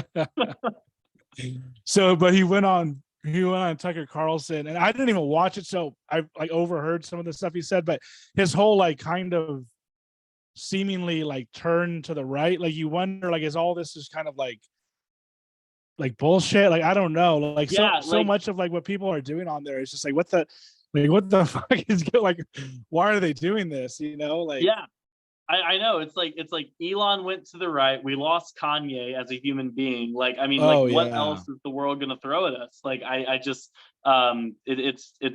it's crazy. The part about Elon though, it makes me wonder if he's like looking for more military funding for SpaceX. That's a good incentive to go to the right because they have a lot more say in the military budget than the left usually. So Do they though? Because I mean, like, I is the think that military itself just like a Republican kind of like entity, or I think that traditionally a it makes lot of the sense? Yeah, lobbying comes to the Republican side for defense contractors, at least from my understanding of it. I could be wrong on it, but if it was a lobbying and it was a decision making thing like that, or it could just be Elon being Elon. He's just like, I'm done with trying to be someone else and I'm now going to be me, and that's just being blunt and pissing people off. Like, could just be Elon being Elon. yeah. I mean, he But launched a $1 billion rocket on 420 because it was 420, so I don't have too high hopes that there's anything more going on. yeah, it's just like most of me like really does just take him at face value, and to be honest, like kind of take most of these people at face value. But it's like I Yeah, really probably shouldn't take them at face value. Like there probably is some sort of like manipulative thing he's doing, but I do believe him. Like he seems to just be like a goofy troll, and he got sick of the left and has gone right. But yeah, and then also I guess there was this thing recently that I heard too, where like I guess like he was saying if anybody can, I'm sick of hearing about this like diamond mine my dad owns. So if anybody can come out and prove it, I'll pay you like 100K. I don't know if you heard about this, but like 100K or yeah, no, I something. did hear about that. Yeah, So like his dad literally said like it is true. Like I did own a diamond mine. Did you? It's like it's I mean it's like how much more can you get like caught? I feel like caught red-handed than some of these guys. Like they'll just come yeah, out and lie, and like somebody will just like prove that they're lying with so many of these guys, and then it's like it's just like forgotten about. Like I recently heard like Trump on yeah, like Trump's have you heard of like the Nelk Boys by any chance? no, They have a podcast called like Full Send. It's like literally one of the biggest podcasts, and like Andrew Tate's been on there, and like Donald Trump Jr. and like Tucker Carlson. But it's like these guys who are like, I don't really know. I'm totally missing out because I'm older, but like they started off doing like prank videos on YouTube. Like they're just like okay, yeah, prank video guys on YouTube. They got really big. They started a podcast. Now they literally have like they had Elon Musk on there. They have the biggest names. And they're just like these young guys who aren't that smart. But I listened to the most recent like Trump one. And so much of the stuff he says, I just don't believe like what he's saying. yeah. And like so many of the people who have backed him, like now you see that like they're just not doing good. Like having like a ton of the guys who backed him, like they're in jail, or like the My Pillow guy, I don't think he's doing good. And it's just like, No. can't you see this guy is just like all bad? You know what I mean? Like, I mean, if just personally, like I never liked him, and I would have never, I never voted for him in the beginning. But just yeah, watching him go downhill all the way through his presidency, and even through the insurrection, and then the part where he sells an NFT. And I'm just like, yeah, you really are gonna buy an NFT from this guy? Like, how can you not see the con? And I was just like, oh my god, people. But they did. I mean, they'll buy the NFT. They don't even know how to open it, but they'll buy it. I mean, yeah. It's gotten to a point where, like, even with Elon Musk and everything else we were talking about, it's just kind of like, I don't know what to say at this point. Like, if you're still backing the guy Trump, like, I don't know why. I mean, it'll be interesting to see what happens in 2024, right? I mean, I think it will. As I'm a moderate, and so I tend to vote on policy rather than a one single side. And to be honest with you, for as long as I could vote, there hasn't been a decent candidate that I've fully just been like, yeah, this guy seems like he's a stand-up guy. So yeah, it's probably the that's best way to go. I think so, and I think a lot of Americans are I think they're in the similar spot. Like, I don't think anyone is fully left or fully right, or they're probably, I mean, of course there are some, but I think a lot of people are somewhere in the middle. And I think that, a lot of people agree on some issues on the left, and then they sometimes agree on some issues on the right, but they just don't know it, right? And that's the other problem, is that we have this separation and this bubbling that happens online where you don't even know that you actually agree with the right or you actually agree with the left. You're just told that you don't agree with anything the left says, you don't agree with anything the right says, and they're, the adversary, which isn't true. We're all Americans. Yeah. And it's like, I mean, I'm just gonna go ahead and say that I'm like a liberal now, but it's like I feel like part of the thing that's pushed me so far, kind of like what you were just saying, to the left, is the fact that, well, Trump basically, but he got in, and then basically I'm just, the whole time I'm like, this guy is just a fucking idiot, and it's like, and then but then people, that's the whole thing, is part of the reason I was saying when you said like you're a moderate and you haven't really backed anyone. It's like people will be like, well, yeah, like Biden's no good either, and it's like, yeah, I guess you're kind of right there too. It's just, I mean, all it comes down to for me basically is I'm like basically just like supporting the small guy, and I am a small guy. I'm not like supporting Elon Musk or like Jeff Bezos. I'm supporting someone who needs money, like, you know what I mean? Right. And I'm one of them, and it's like we could use universal healthcare, but then it's like, and all that kind of like liberal stuff, but then it's like it never happened. So it's just, so I guess my point is, it was kind of gotten to the point where I'm just like, I don't know, you give up, I guess, like you still obviously like vote for someone over the other person, but and side, but I don't know. I don't know. I will but say so if, go ahead. One last thing. If Trump's the bar, then I'll pick anyone over. I'm done. I know. Like, I mean, that's it seems like that's current the case, 2024 right? voting prediction so far. So yeah, well, I mean, is there anyone who yeah, I don't even know. It's probably too early to say. Like, is there anybody on the right that like you would be okay? Because obviously DeSantis isn't good either. I don't really know who else there is. Just Trump has brought in a new party. He's brought in a completely new party, and I don't like any of them. I've never agreed with the religious right side of things. I've always been a more of a fiscal conservative than anything else. But also, with that being said, I completely support universal healthcare. Because everyone should have access to healthcare. Yeah, it's just such a pain in the ass to like lose. I just lost a job like 3 months ago, and now I'm like, I got another job, and I'm waiting for the healthcare to kick in. So I don't even have healthcare right now, and it's like, because I was like, do I really pay for it? However much it is, it's like people have told me it's like $500 a month or something, and then it's like you go to the fucking like hospital. Like I like literally just was at the hospital yesterday. My girlfriend's mom got her, and I mean that's besides the point. But like just dealing with the hospital system and healthcare in general is just such a giant pain in the ass, and everything's so fucking overpriced. And they were charging us to park, and like it's enough to deal with going to an American hospital, but then you have to deal with the financial burden for the next 5 years to pay for it. Like, it's just absolutely crazy. I mean, like, for example, my wife works basically just for health insurance, because I work for a much smaller company and I get my health insurance paid for free. But if I brought the family on, then it would be $1,400 a month out of my paycheck.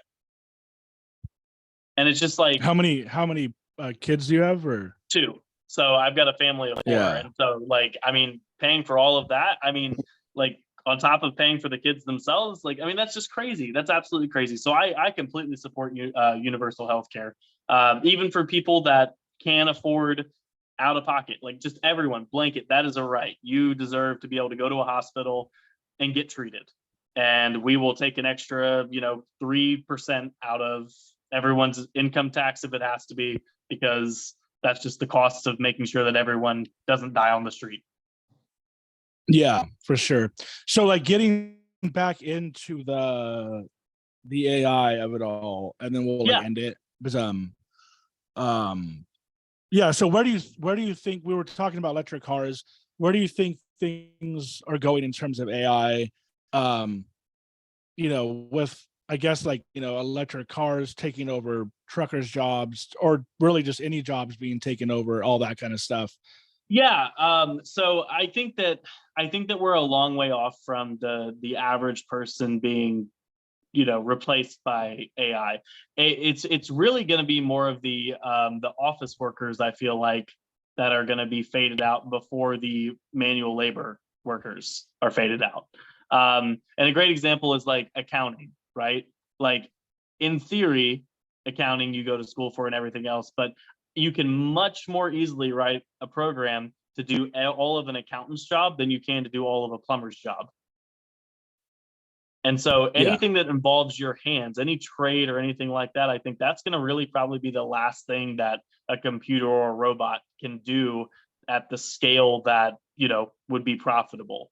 I think that a lot of office jobs, though, even some tech jobs are being completely faded out. I mean, you look at like chatbots, right? Like now, do you ever get a person when you chat or when you call into some help center?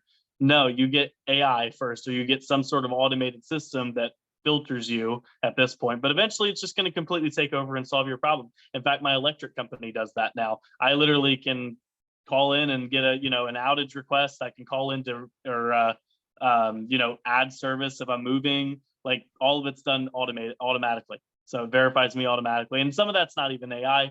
But the point is that, as computers grow, jobs will be replaced, just like they have been, when different industries come in and different technology emerges. I mean, what about like truck drivers? Like I'm actually like a delivery. I'm an Amazon delivery driver. So what about a job like that where, not only do you have to drive, but then you actually have to go like deliver the item? Like, I Yeah. mean, do you So think they'll be I think able it to get depends to on, that? yeah, I think it depends on what company you talk to and what their vision is. Amazon's is drones, right? They foresee that most packages that are under a certain size, they can build a drone network and deliver to all major metropolitan areas, right? Especially houses. Houses are the first target because they're the easiest ones to hit. And then, of course, you have Domino's, which is starting with their driverless car delivery. I don't know if you've seen that, but they basically load the Domino's car, drives up, and then they load the pizza and the car drives itself to the house, and then it just spits the pizza out of a little like mini window, and then you've already paid for it, so you just grab it and go. No tip, no driver. Oh man, And that's then you kind of have, scary. yeah, and then you have like driverless taxis, right, which have been around for a while, and there's stories about them that come out occasionally. I just saw one that came out where a motorcycle cop was trying to stop a driverless taxi, and the guy was sitting in the passenger seat, like, dude, there's no one driving. I can't stop it. I don't know what to do. But the driverless taxi actually listened, and the cop was waving it over, and it actually pulled over. And I was like, I mean, from a software developer's perspective, the amount of code and logic that goes into something like, this man is a police officer and he is waving me in this direction, so I must move the cars over. Thinking about it from a code perspective is just absolutely insane. And all at the same time, it's connecting to the cloud and everything else. Like, it's just absolutely mind-boggling to think about how many lines of code make that car move. But I mean, just the fact that Domino's is actually able to do it is kind of scary. Like, you know what I mean? Like with I mean, does that mean that it's actually going to be like 5-10 years before Amazon just goes and like spits out the package or whatever? And Oh, yeah, no, I mean, like it's not, I mean, at some point your fridge is going to stock itself, right? Like there's just going to be a robot, because people don't like people coming into their house, but at some point a robot's just going to have like its own little doorway into your house and just deliver your groceries and put it up for you. Or your own robot will put it up in there for you, and you'll just grab the food out of the fridge. And then if you want something, like all like restaurants will close. the robot will literally drive there and then walk, like kind of like walk into the house and like put your food away. Oh, it Or you'll wouldn't have it. surprise me, because Amazon tried it, right? So they tried this campaign, and I think it was in Dallas like 3 or 4 years ago. But basically, what they were advertising is you could sign up for this beta, and Amazon delivery drivers would have a special key that could get into your house, and they would restock your fridge for you. The drivers would. So they would just walk in, put your groceries away for you, and then leave. And of course, everyone at the time was like, absolutely not. I'm not letting another human in my house. But would I let some little automated robot that already has my groceries come in and put it up for me? Yeah, sure. Because it's a robot. Like, who cares? It's not going to steal anything. Yeah. So, it's not going to cause. So you don't damage. even think that's like really that far away. The technology is here now. It just becomes how, can companies make it profitable, and B, can people accept it? Well, I would think that it would be more profitable to just have driverless delivery drivers. You know what I mean? Like if they could get to the point where, which we've proven, which right? is scary. Like, I mean, yeah, it is definitely more profitable when you consider, like, you have to pay for the technology. In theory, you pay for it once versus paying for a driver's salary, benefits, everything else, right? But then becomes the legal challenges when that driverless delivery car hits someone, right? So, or it hits a pedestrian, or it hits, a pole. And so, like, the question is like, if you're sleeping on the highway, right? And your car, you have a self-driving car, you're not driving, and it gets into an accident with someone else at no fault to you, but that other car was a self-driving car, and it was not technically their fault either. It was just an accident. Who pays for it? The people or the company that wrote the AI software that, in theory, should have been paying more attention? I mean, someone, I guess, you know what I mean? Either the company or the people who wrote the software, I mean, but I mean, you would think, people have brought this up. The to car me is before. insured to the person, not to the company. Traditionally. Yeah, but I would imagine that, I don't know, but I would imagine that.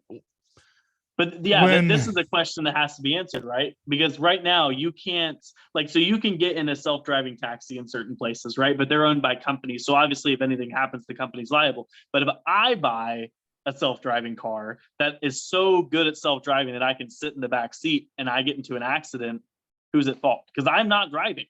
It's my car, but I'm not driving.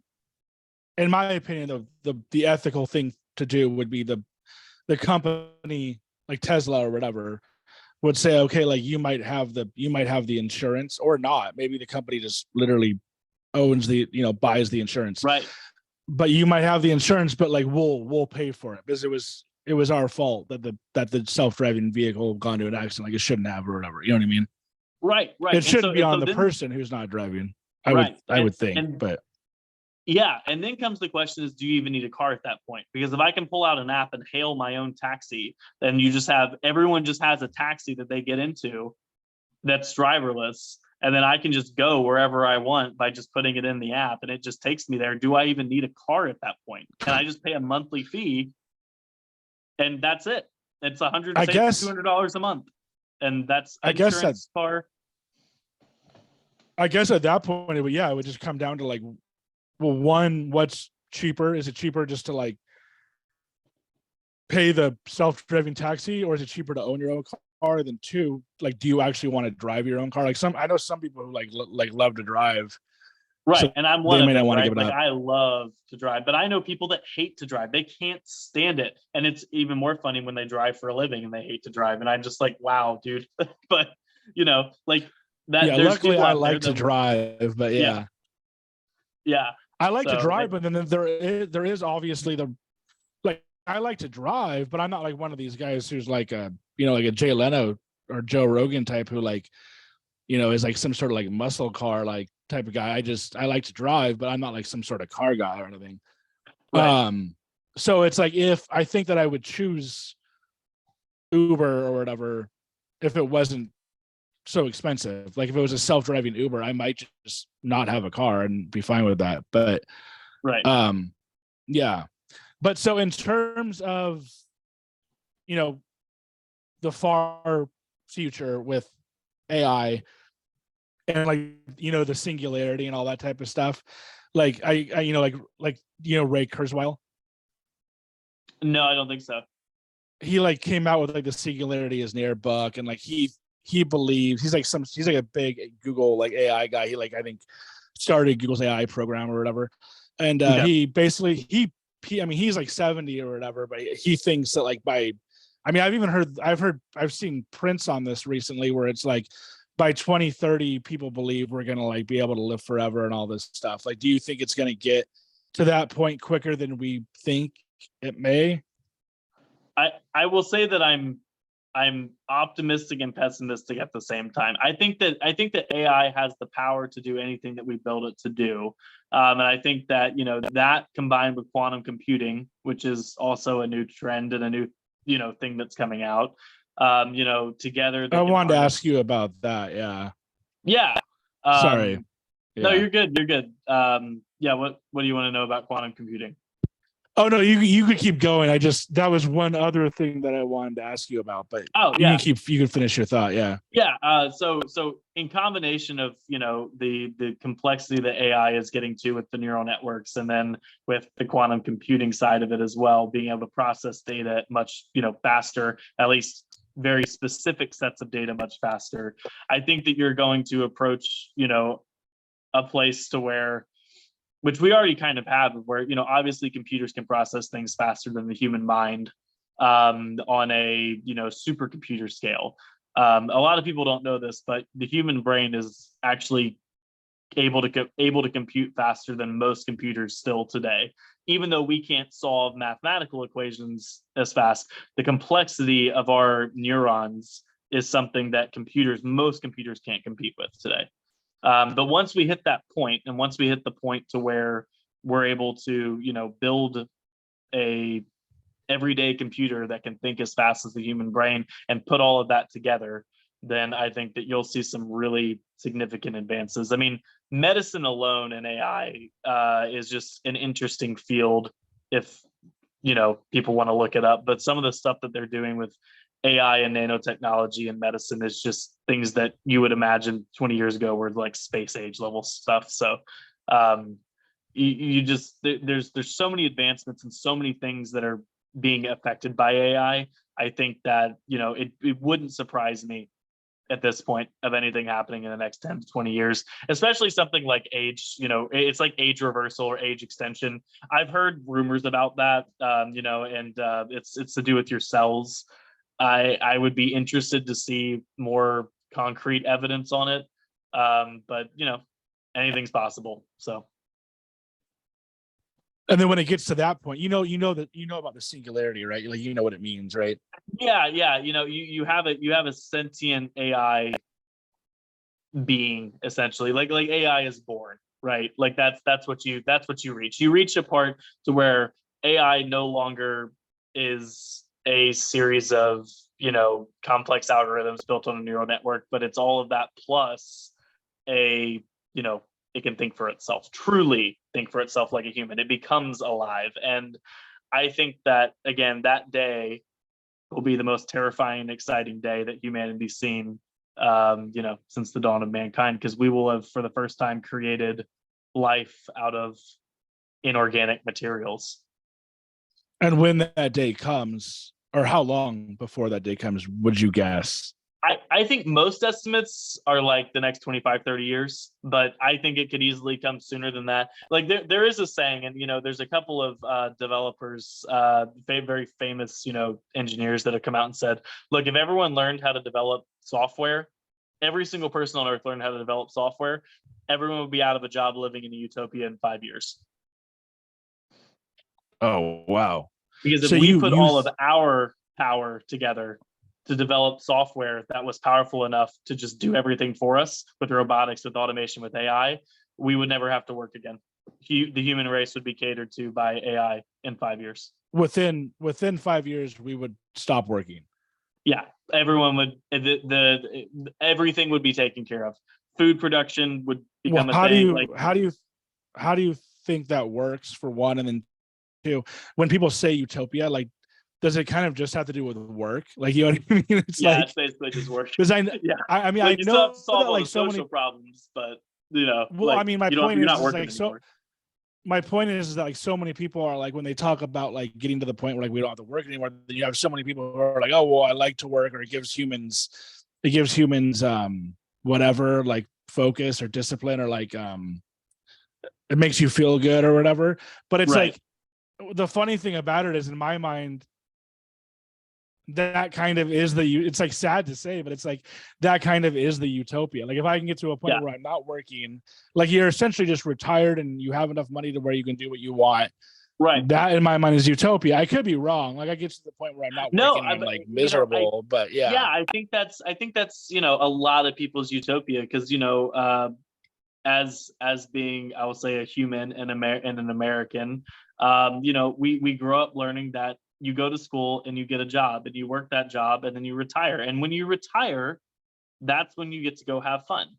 And I think for a lot At of people, 65. utopia would be, yeah, a lot of people, a fantastic, like the best thing that could ever happen to them would be to be able to retire before 65. Yeah. If you could So I retire mean when you're that 30.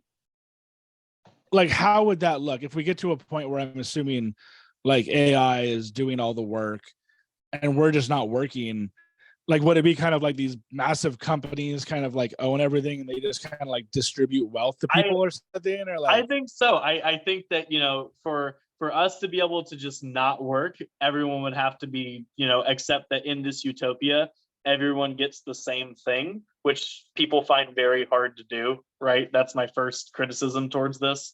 Everyone wants a Lamborghini. Not everyone can afford a Lamborghini, right? And so, but you have those few people that can afford a Lamborghini. And so, like, obviously, capitalism and people wanting things has to be, convinced otherwise.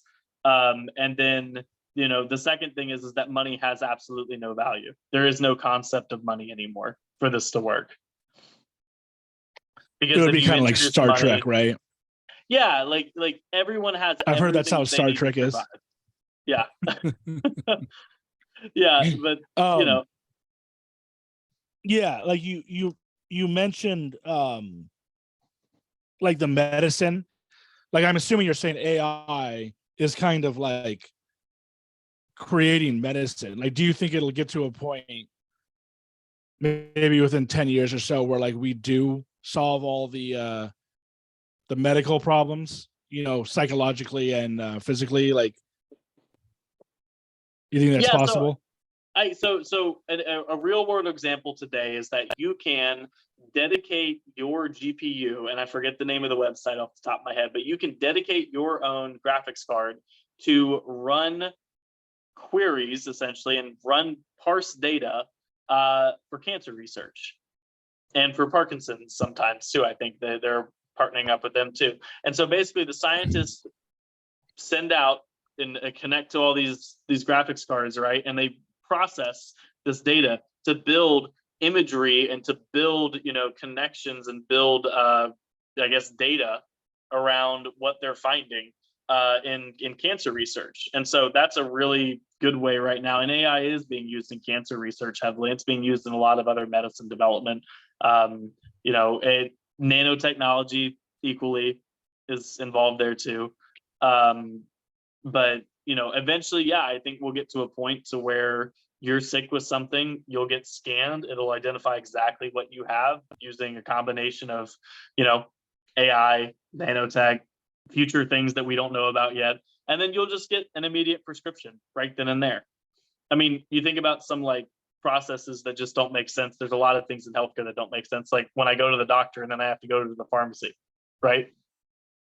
Like if you think about it from a process perspective and you're like looking to Yeah. optimize things, combine the doctor and the pharmacy, right? It can still be secure, but you don't have to go to a different place, right? Like why? Why do I have to go to a different Yeah. place to get the We medicine that literally I and just like got sent? yeah, we literally just did that yesterday, like with my girlfriend's mom. Like she was in the ER or whatever. We went to go get her. She got released. We went to a different hospital. Well, part of the reason why we did that was because she has Kaiser and she didn't get taken to a Kaiser. But it was like, yeah, we Yeah. literally had to go to like a different place to get the medicine, and it was just like, why? Yeah, exactly. I mean, there's a lot of things. Who knows? But yeah. Well, I mean, I'm looking forward to it. And then also like Sam Altman on that podcast, or one of them that I listened to, said that he thinks that like AI, I'm sure you've heard this, but AI could get rid of like capitalism. It could I guess it'll just make Absolutely. it so it like AI is just doing all of the jobs, or I guess is basically what that means, right? So Yeah, like I you mean have that no need for like a lawyer anymore. Like, right.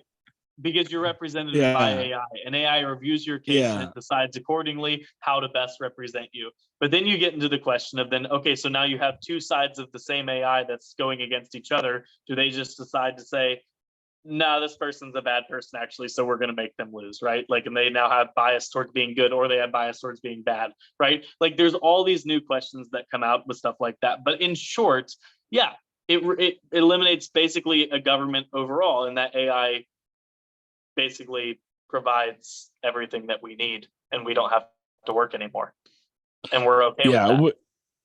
Which in my mind I am, but what I've kind of like questioned about it is like, I'm kind of like, is the government ever going to step in and be like, okay, like, no, like you guys can't do this anymore, like it's gone too far, it's too like scary.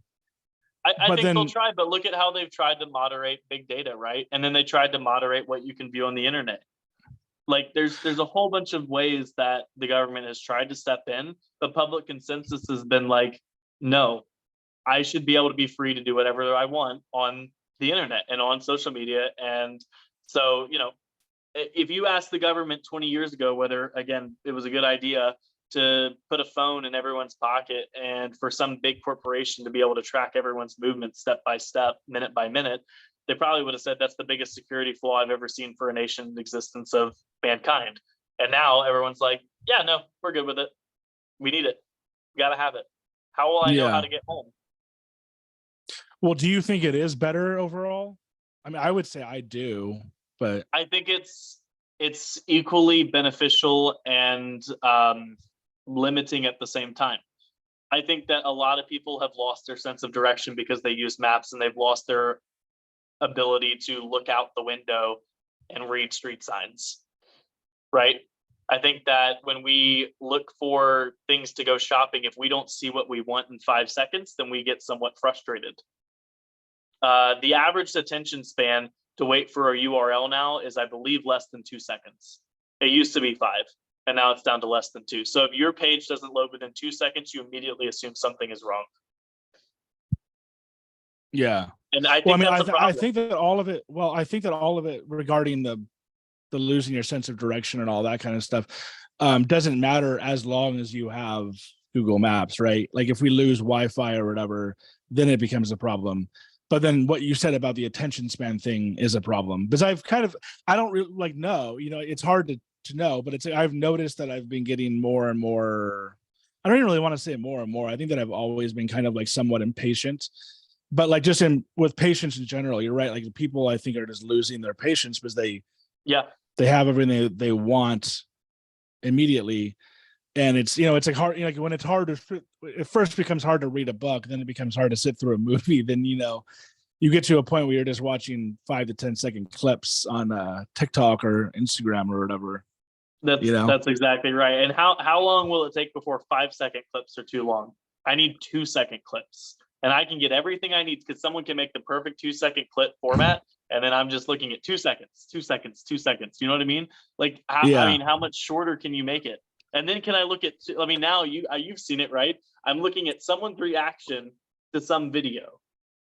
And now I'm looking at 2 different things at the same time, right? I'm looking at someone's reaction to some TikTok video. And that's all inside of one image, but I'm watching 2 different things. And now, how much more can you throw in that? And how much shorter can you make it to maximize views and maximize profits? Like, it's crazy to think about, and how much our attention spans and how much our patience and everything else is suffering because of it. Yeah.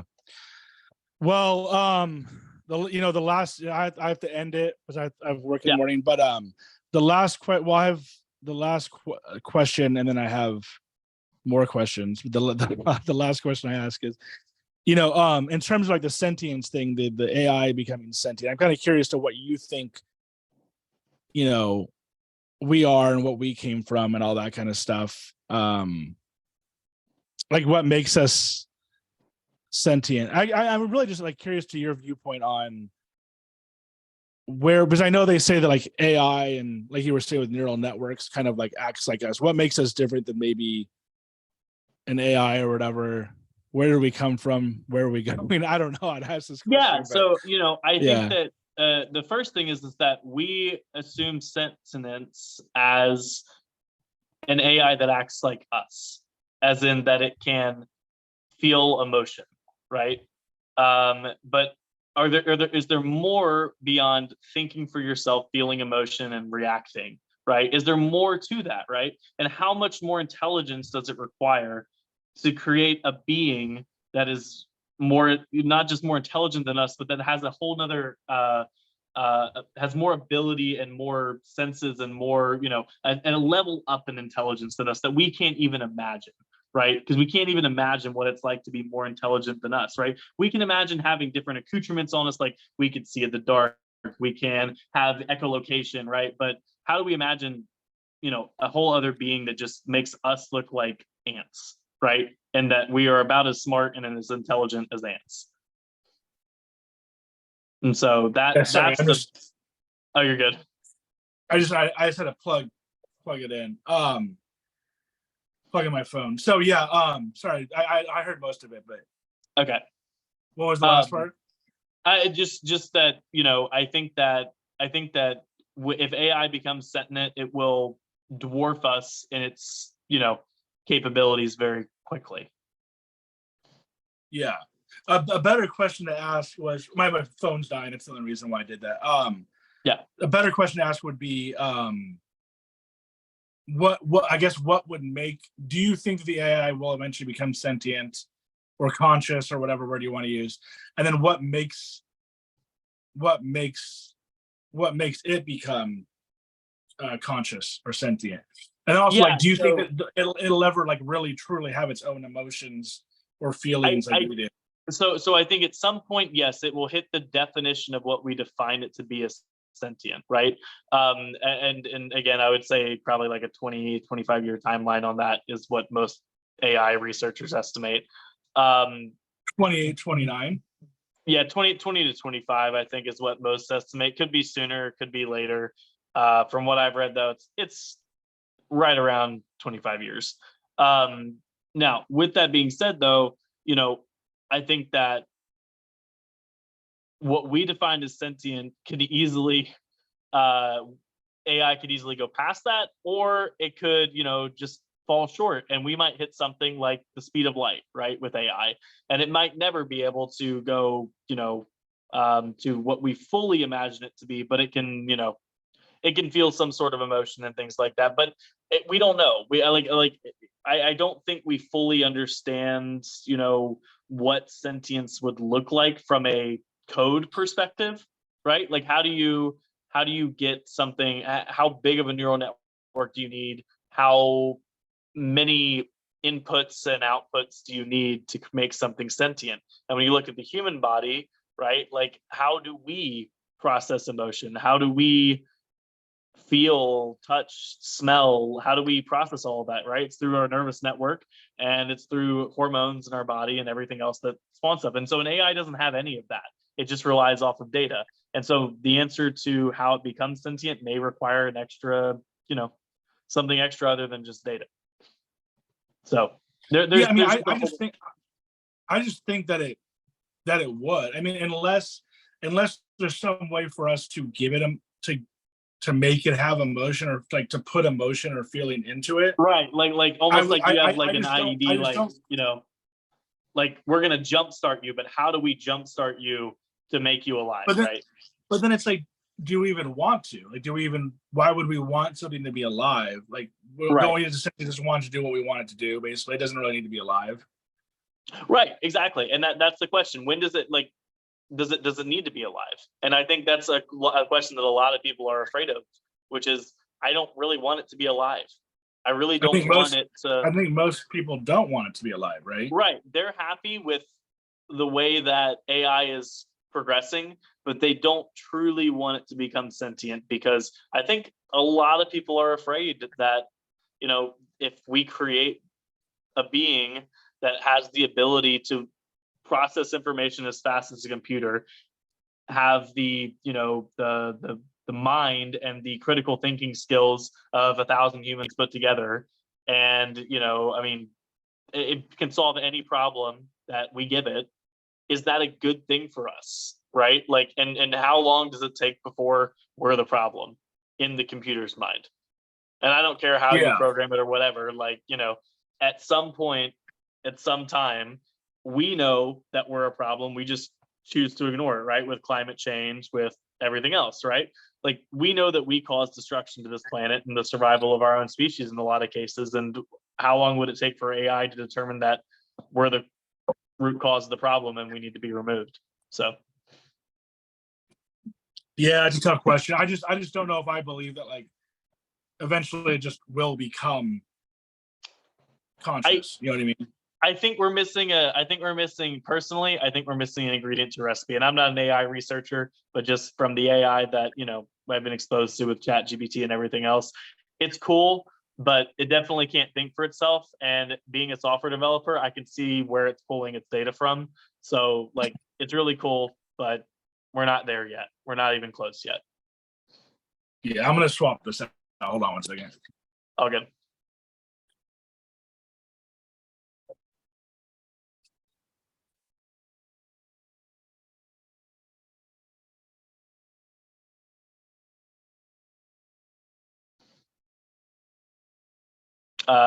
Not yet. Can't hear you yet. No, not yet. Can't hear you. Oh, you're muted. I think you're just muted on the thing. Can you hear me now? Yeah, there you go. Now I can't hear you. You can't hear me? Oh. I'm over it. Okay. Test. Sorry, I'm over it. I'm just gonna do it without headphones for now. Okay. So yeah. What about us? How do you think we got conscious? Do you think it's just a matter of like evolution? Like just at some point we were just like an amoeba or whatever. And... I think so. Like, I mean, if you look at it from a pure science perspective, like carbon is pretty key to our evolution, in life forms, and we're all carbon based. And, the ability for a bacteria to be created somehow, if you look at how many cells of bacteria there are on the earth and how many little tiny pieces like if you think about how many grains of sand there are on the earth and you say that's your chances, one of those, like it's definitely possible. It's definitely possible that life started as a single cell of bacteria somehow, and we came from that, right? Like I think it's very possible for that. We are very adaptive. Just all animals are extremely adaptive, and that we can modify our bodies in the grand scheme of things in a very short period of time. I mean, humans over 1 million years, right? We can evolve ourselves to a completely different species, which sucks for the individual person, but from a evolutionary perspective, I think that's pretty impressive for us to be able to completely change ourselves and adapt. As long as we are in a constant environment, it's almost like you grow something in a petri dish, right? And I think it's the similar thing. Like the earth is our petri dish, and we grow and expand and everything else. And then sometimes we run into something that cuts us off a little bit, and then we grow some more. So I think that it's not very far-fetched to say that our self-awareness has evolved over time from just being animals, and thankfully we're the most intelligent animals that we know of on earth, and I hope that we stay the most intelligent beings, whether man-made or biological, for the next couple of millennia. The question always goes back to like what happened before, though. But that, I think that's a whole nother topic, or a whole other podcast conversation. But so lastly, I'll ask you, what are some of your goals? Do you ever want to work with AI, or do you want to stay in cloud computing? Yeah, so I don't touch AI specifically too much, like the large neural networks, other than me processing images. Sometimes, like I'll write some applications that'll tap into TensorFlow and things like that, which is a Python, or it's just a full library now, and it just allows image processing using AI. But most of where I focus on is just application architecture, and I do a lot of machine learning too, which is a subset of AI, but it's a lot more of predicting models and things like that. So I know it's a lot of tech garbage, but mainly what I do is I like being I less enjoy being down in the code lately, and more doing the architecture up top and interfacing with shareholders and things like that. So okay, cool. And then as far as, well, first I'll ask you, in terms of my goal as of recently has been trying to get monetized on YouTube through this podcast and then also other like videos I do. Yeah. In terms of that kind of thing, do you have any like advice?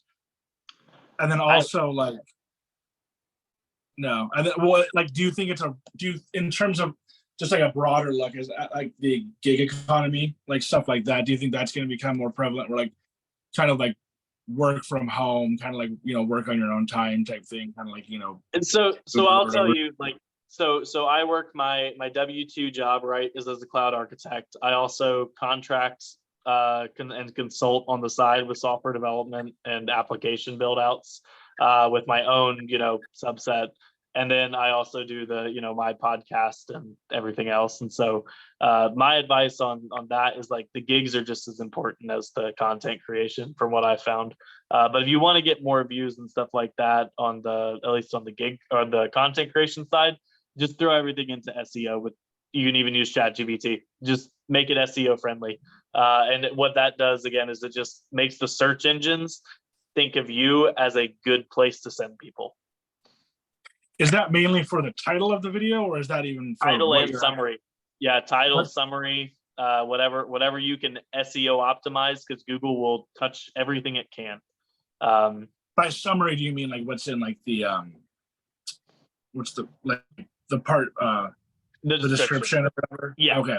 Yeah. So you want to have a title, then also maybe like something in the description, like kind of Just if you're gonna put a description for the video, just ask it to, like, I'm dead serious. Like, just say that you have a title and then say make this title more SEO friendly, and then just ask ChatGPT and say now write a summary for this episode title, and it'll give you a summary. And then you can just edit the keywords or like the sentences, but the flow will be, it's like staring at, like, I don't even know how to describe it, like the perfect bacon burger of all time. Like, you're just like, I don't understand how you just made this, but it's fantastic. the flow of what it writes is just like really just Oh yeah, it's easy amazing. to, It's absolutely yeah. amazing. But in terms of content creation in general, you just don't really like advise it. Like it's just too difficult of a world to like make a living at. I don't think I think that a lot of people can. From what I've seen, it just takes a lot of effort, and it takes getting the right people to check you out and then help promote you. Yeah. I mean, part of the reason I'm doing the podcast is to as like kind of, one problem that I have with my YouTube channel is it's like a bunch of different stuff. It's not all like the same thing like it should be. Right. But that's just because like I don't like I don't really want to like separate everything into like different YouTube channels, because it's like, right. I'm not gonna have like 5 different YouTube channels. But right. So I put this podcast also on my YouTube channel, and out of all the ones I've done, the last one I did, a girl, like she literally thought the last one, she literally thought she got, I don't know if you listened to it or looked at it or whatever, but I listened she to it a thought, little bit, yeah. You know what I'm talking about? Like she thought she got abducted by aliens. Right. And so far, I don't know how it's gonna keep doing, but so far it's done pretty good. Not like amazing or anything, but like, yeah, like it's got like 5 comments and like, and I think that really kind of like weird, wild stuff, like like that kind of like fringe stuff, like tends to do good because people are like really interested in that kind of stuff. So I'm like, I kind of want to get more just fringe kind of people on here. Obviously, I like talking to people like you too, but anyways, yeah, it has to be no, like it, really it drives. It definitely drives. Yeah, people like. I mean, look at all the true crime stuff, on podcasts. Yeah. Like that's one of the largest categories because people like to hear about the murder, the mystery. Like, I mean, they just love to hear about that stuff. I'm stuck in the technology realm, so I get to talk about nerd shit all day. But But that's true too. I mean, like, if you could start a channel where like you're really, like you're really knowledgeable on your stuff, which it sounds like you are, and like you're just like giving people information, I think that does really well too. Like kind of giving people who want to learn information on what you do. But yeah, so that goes to my last question. Your like, what is your podcast, and then also what are some other podcasts, movies, TV shows, music, whatever you're into right now? Yeah, so my podcast is the Curly Brace podcast. I am one of 2 hosts on there. My co-host, Red, is on there as well, and we talk about everything from robotic farming to the war in Ukraine, to our backstories. Anything that's related to tech, we try to cover it. We try to give a synopsis on our opinions on it and how we see it fitting into the world in the future forthcoming. So some of the stuff that I'm interested in, though, I listen to Joe Rogan mainly for the guests. I love listening to some of the guests that come on there because they have really interesting opinions. Also, like Lex is great. And I've been trying to listen to more podcasts. Honestly, with my busy schedule, I usually end up just putting on Post Malone on my drive home because I'm so stressed out and I just need something to jam out to and de-stress, especially with 2 kids. Movies wise, though, I'm a huge Witcher fan. With TV shows, I'm a huge Witcher fan. Really sad. Huge what fan? Witcher. Witcher? The Witcher. Oh, The Witcher. Okay. Yeah, really sad to see Henry Cavill go. Kind of depressed about that, but I also didn't I'm know really about that. yeah. What happened? I think What happened to he's him? doing one more, and then oh god, what's his name? Thor's brother, not Loki, but his actual name, his brother, is taking his place. I can't even think of his name. Liam Hemsworth. Is it like I'm forgetting the name too. Like the 3 brothers, like one of them. Yeah. Liam's Hemsworth. That's who's taking over. Yeah, I think so. I think that's him. So why is Henry I think that's Cavill right. living? The story is because he doesn't agree with what the writers are doing with Witcher. That's the story. So Wow. And he's also, I was gonna say Superman, but he's not Superman, right? he was Superman. Yeah, he was Superman. I thought he was going to go back and do Batman, but that's not. I don't think that's happening. So like Batman and Superman, or I think he was just going to go back and do Batman. Maybe he's going to do Superman. I don't know. I don't follow it. what do you too mean? much, What do you mean by Batman? Like he's gonna be? What was he in Batman? No, I thought there were rumors that he was going to go be Batman, but I think the okay. Twilight guy beat him out. So Yeah, Robert, I actually liked him in the last Batman. And in general, it seems like he takes pretty good roles usually, like kind of indie roles. yeah. Yeah. So was there anything else, or is that mainly it? Sorry. Was that it for movies and TV? Yeah, that was it for movies and TV. The only sport I like is Formula One. So I work in sports entertainment, but I really don't care for many sports. I enjoy watching them, but I never pay to go to an arena, even though I'm in an arena like once every 2 weeks. So yeah. And how many podcasts have you guys done? we've done 12 so far. We've got 13 and 14 recorded already. So we're just starting. Cool. Yeah. I'll check that out. And then I feel like there was like something I was going to tell you, but you guys do both video and audio. So it's on YouTube, right? No. So I need to figure out a new way to get stuff up to YouTube easily. Because we were using Libsyn, and now that we're using Spotify for podcasters, I switched hosting platforms. They don't automatically create and push to YouTube, and we're just audio only anyway. So I got to figure out the YouTube side of it, but I'm on every major podcast platform. So, but you're not planning on doing like videos, so the YouTube not thing yet. Would No. Yeah.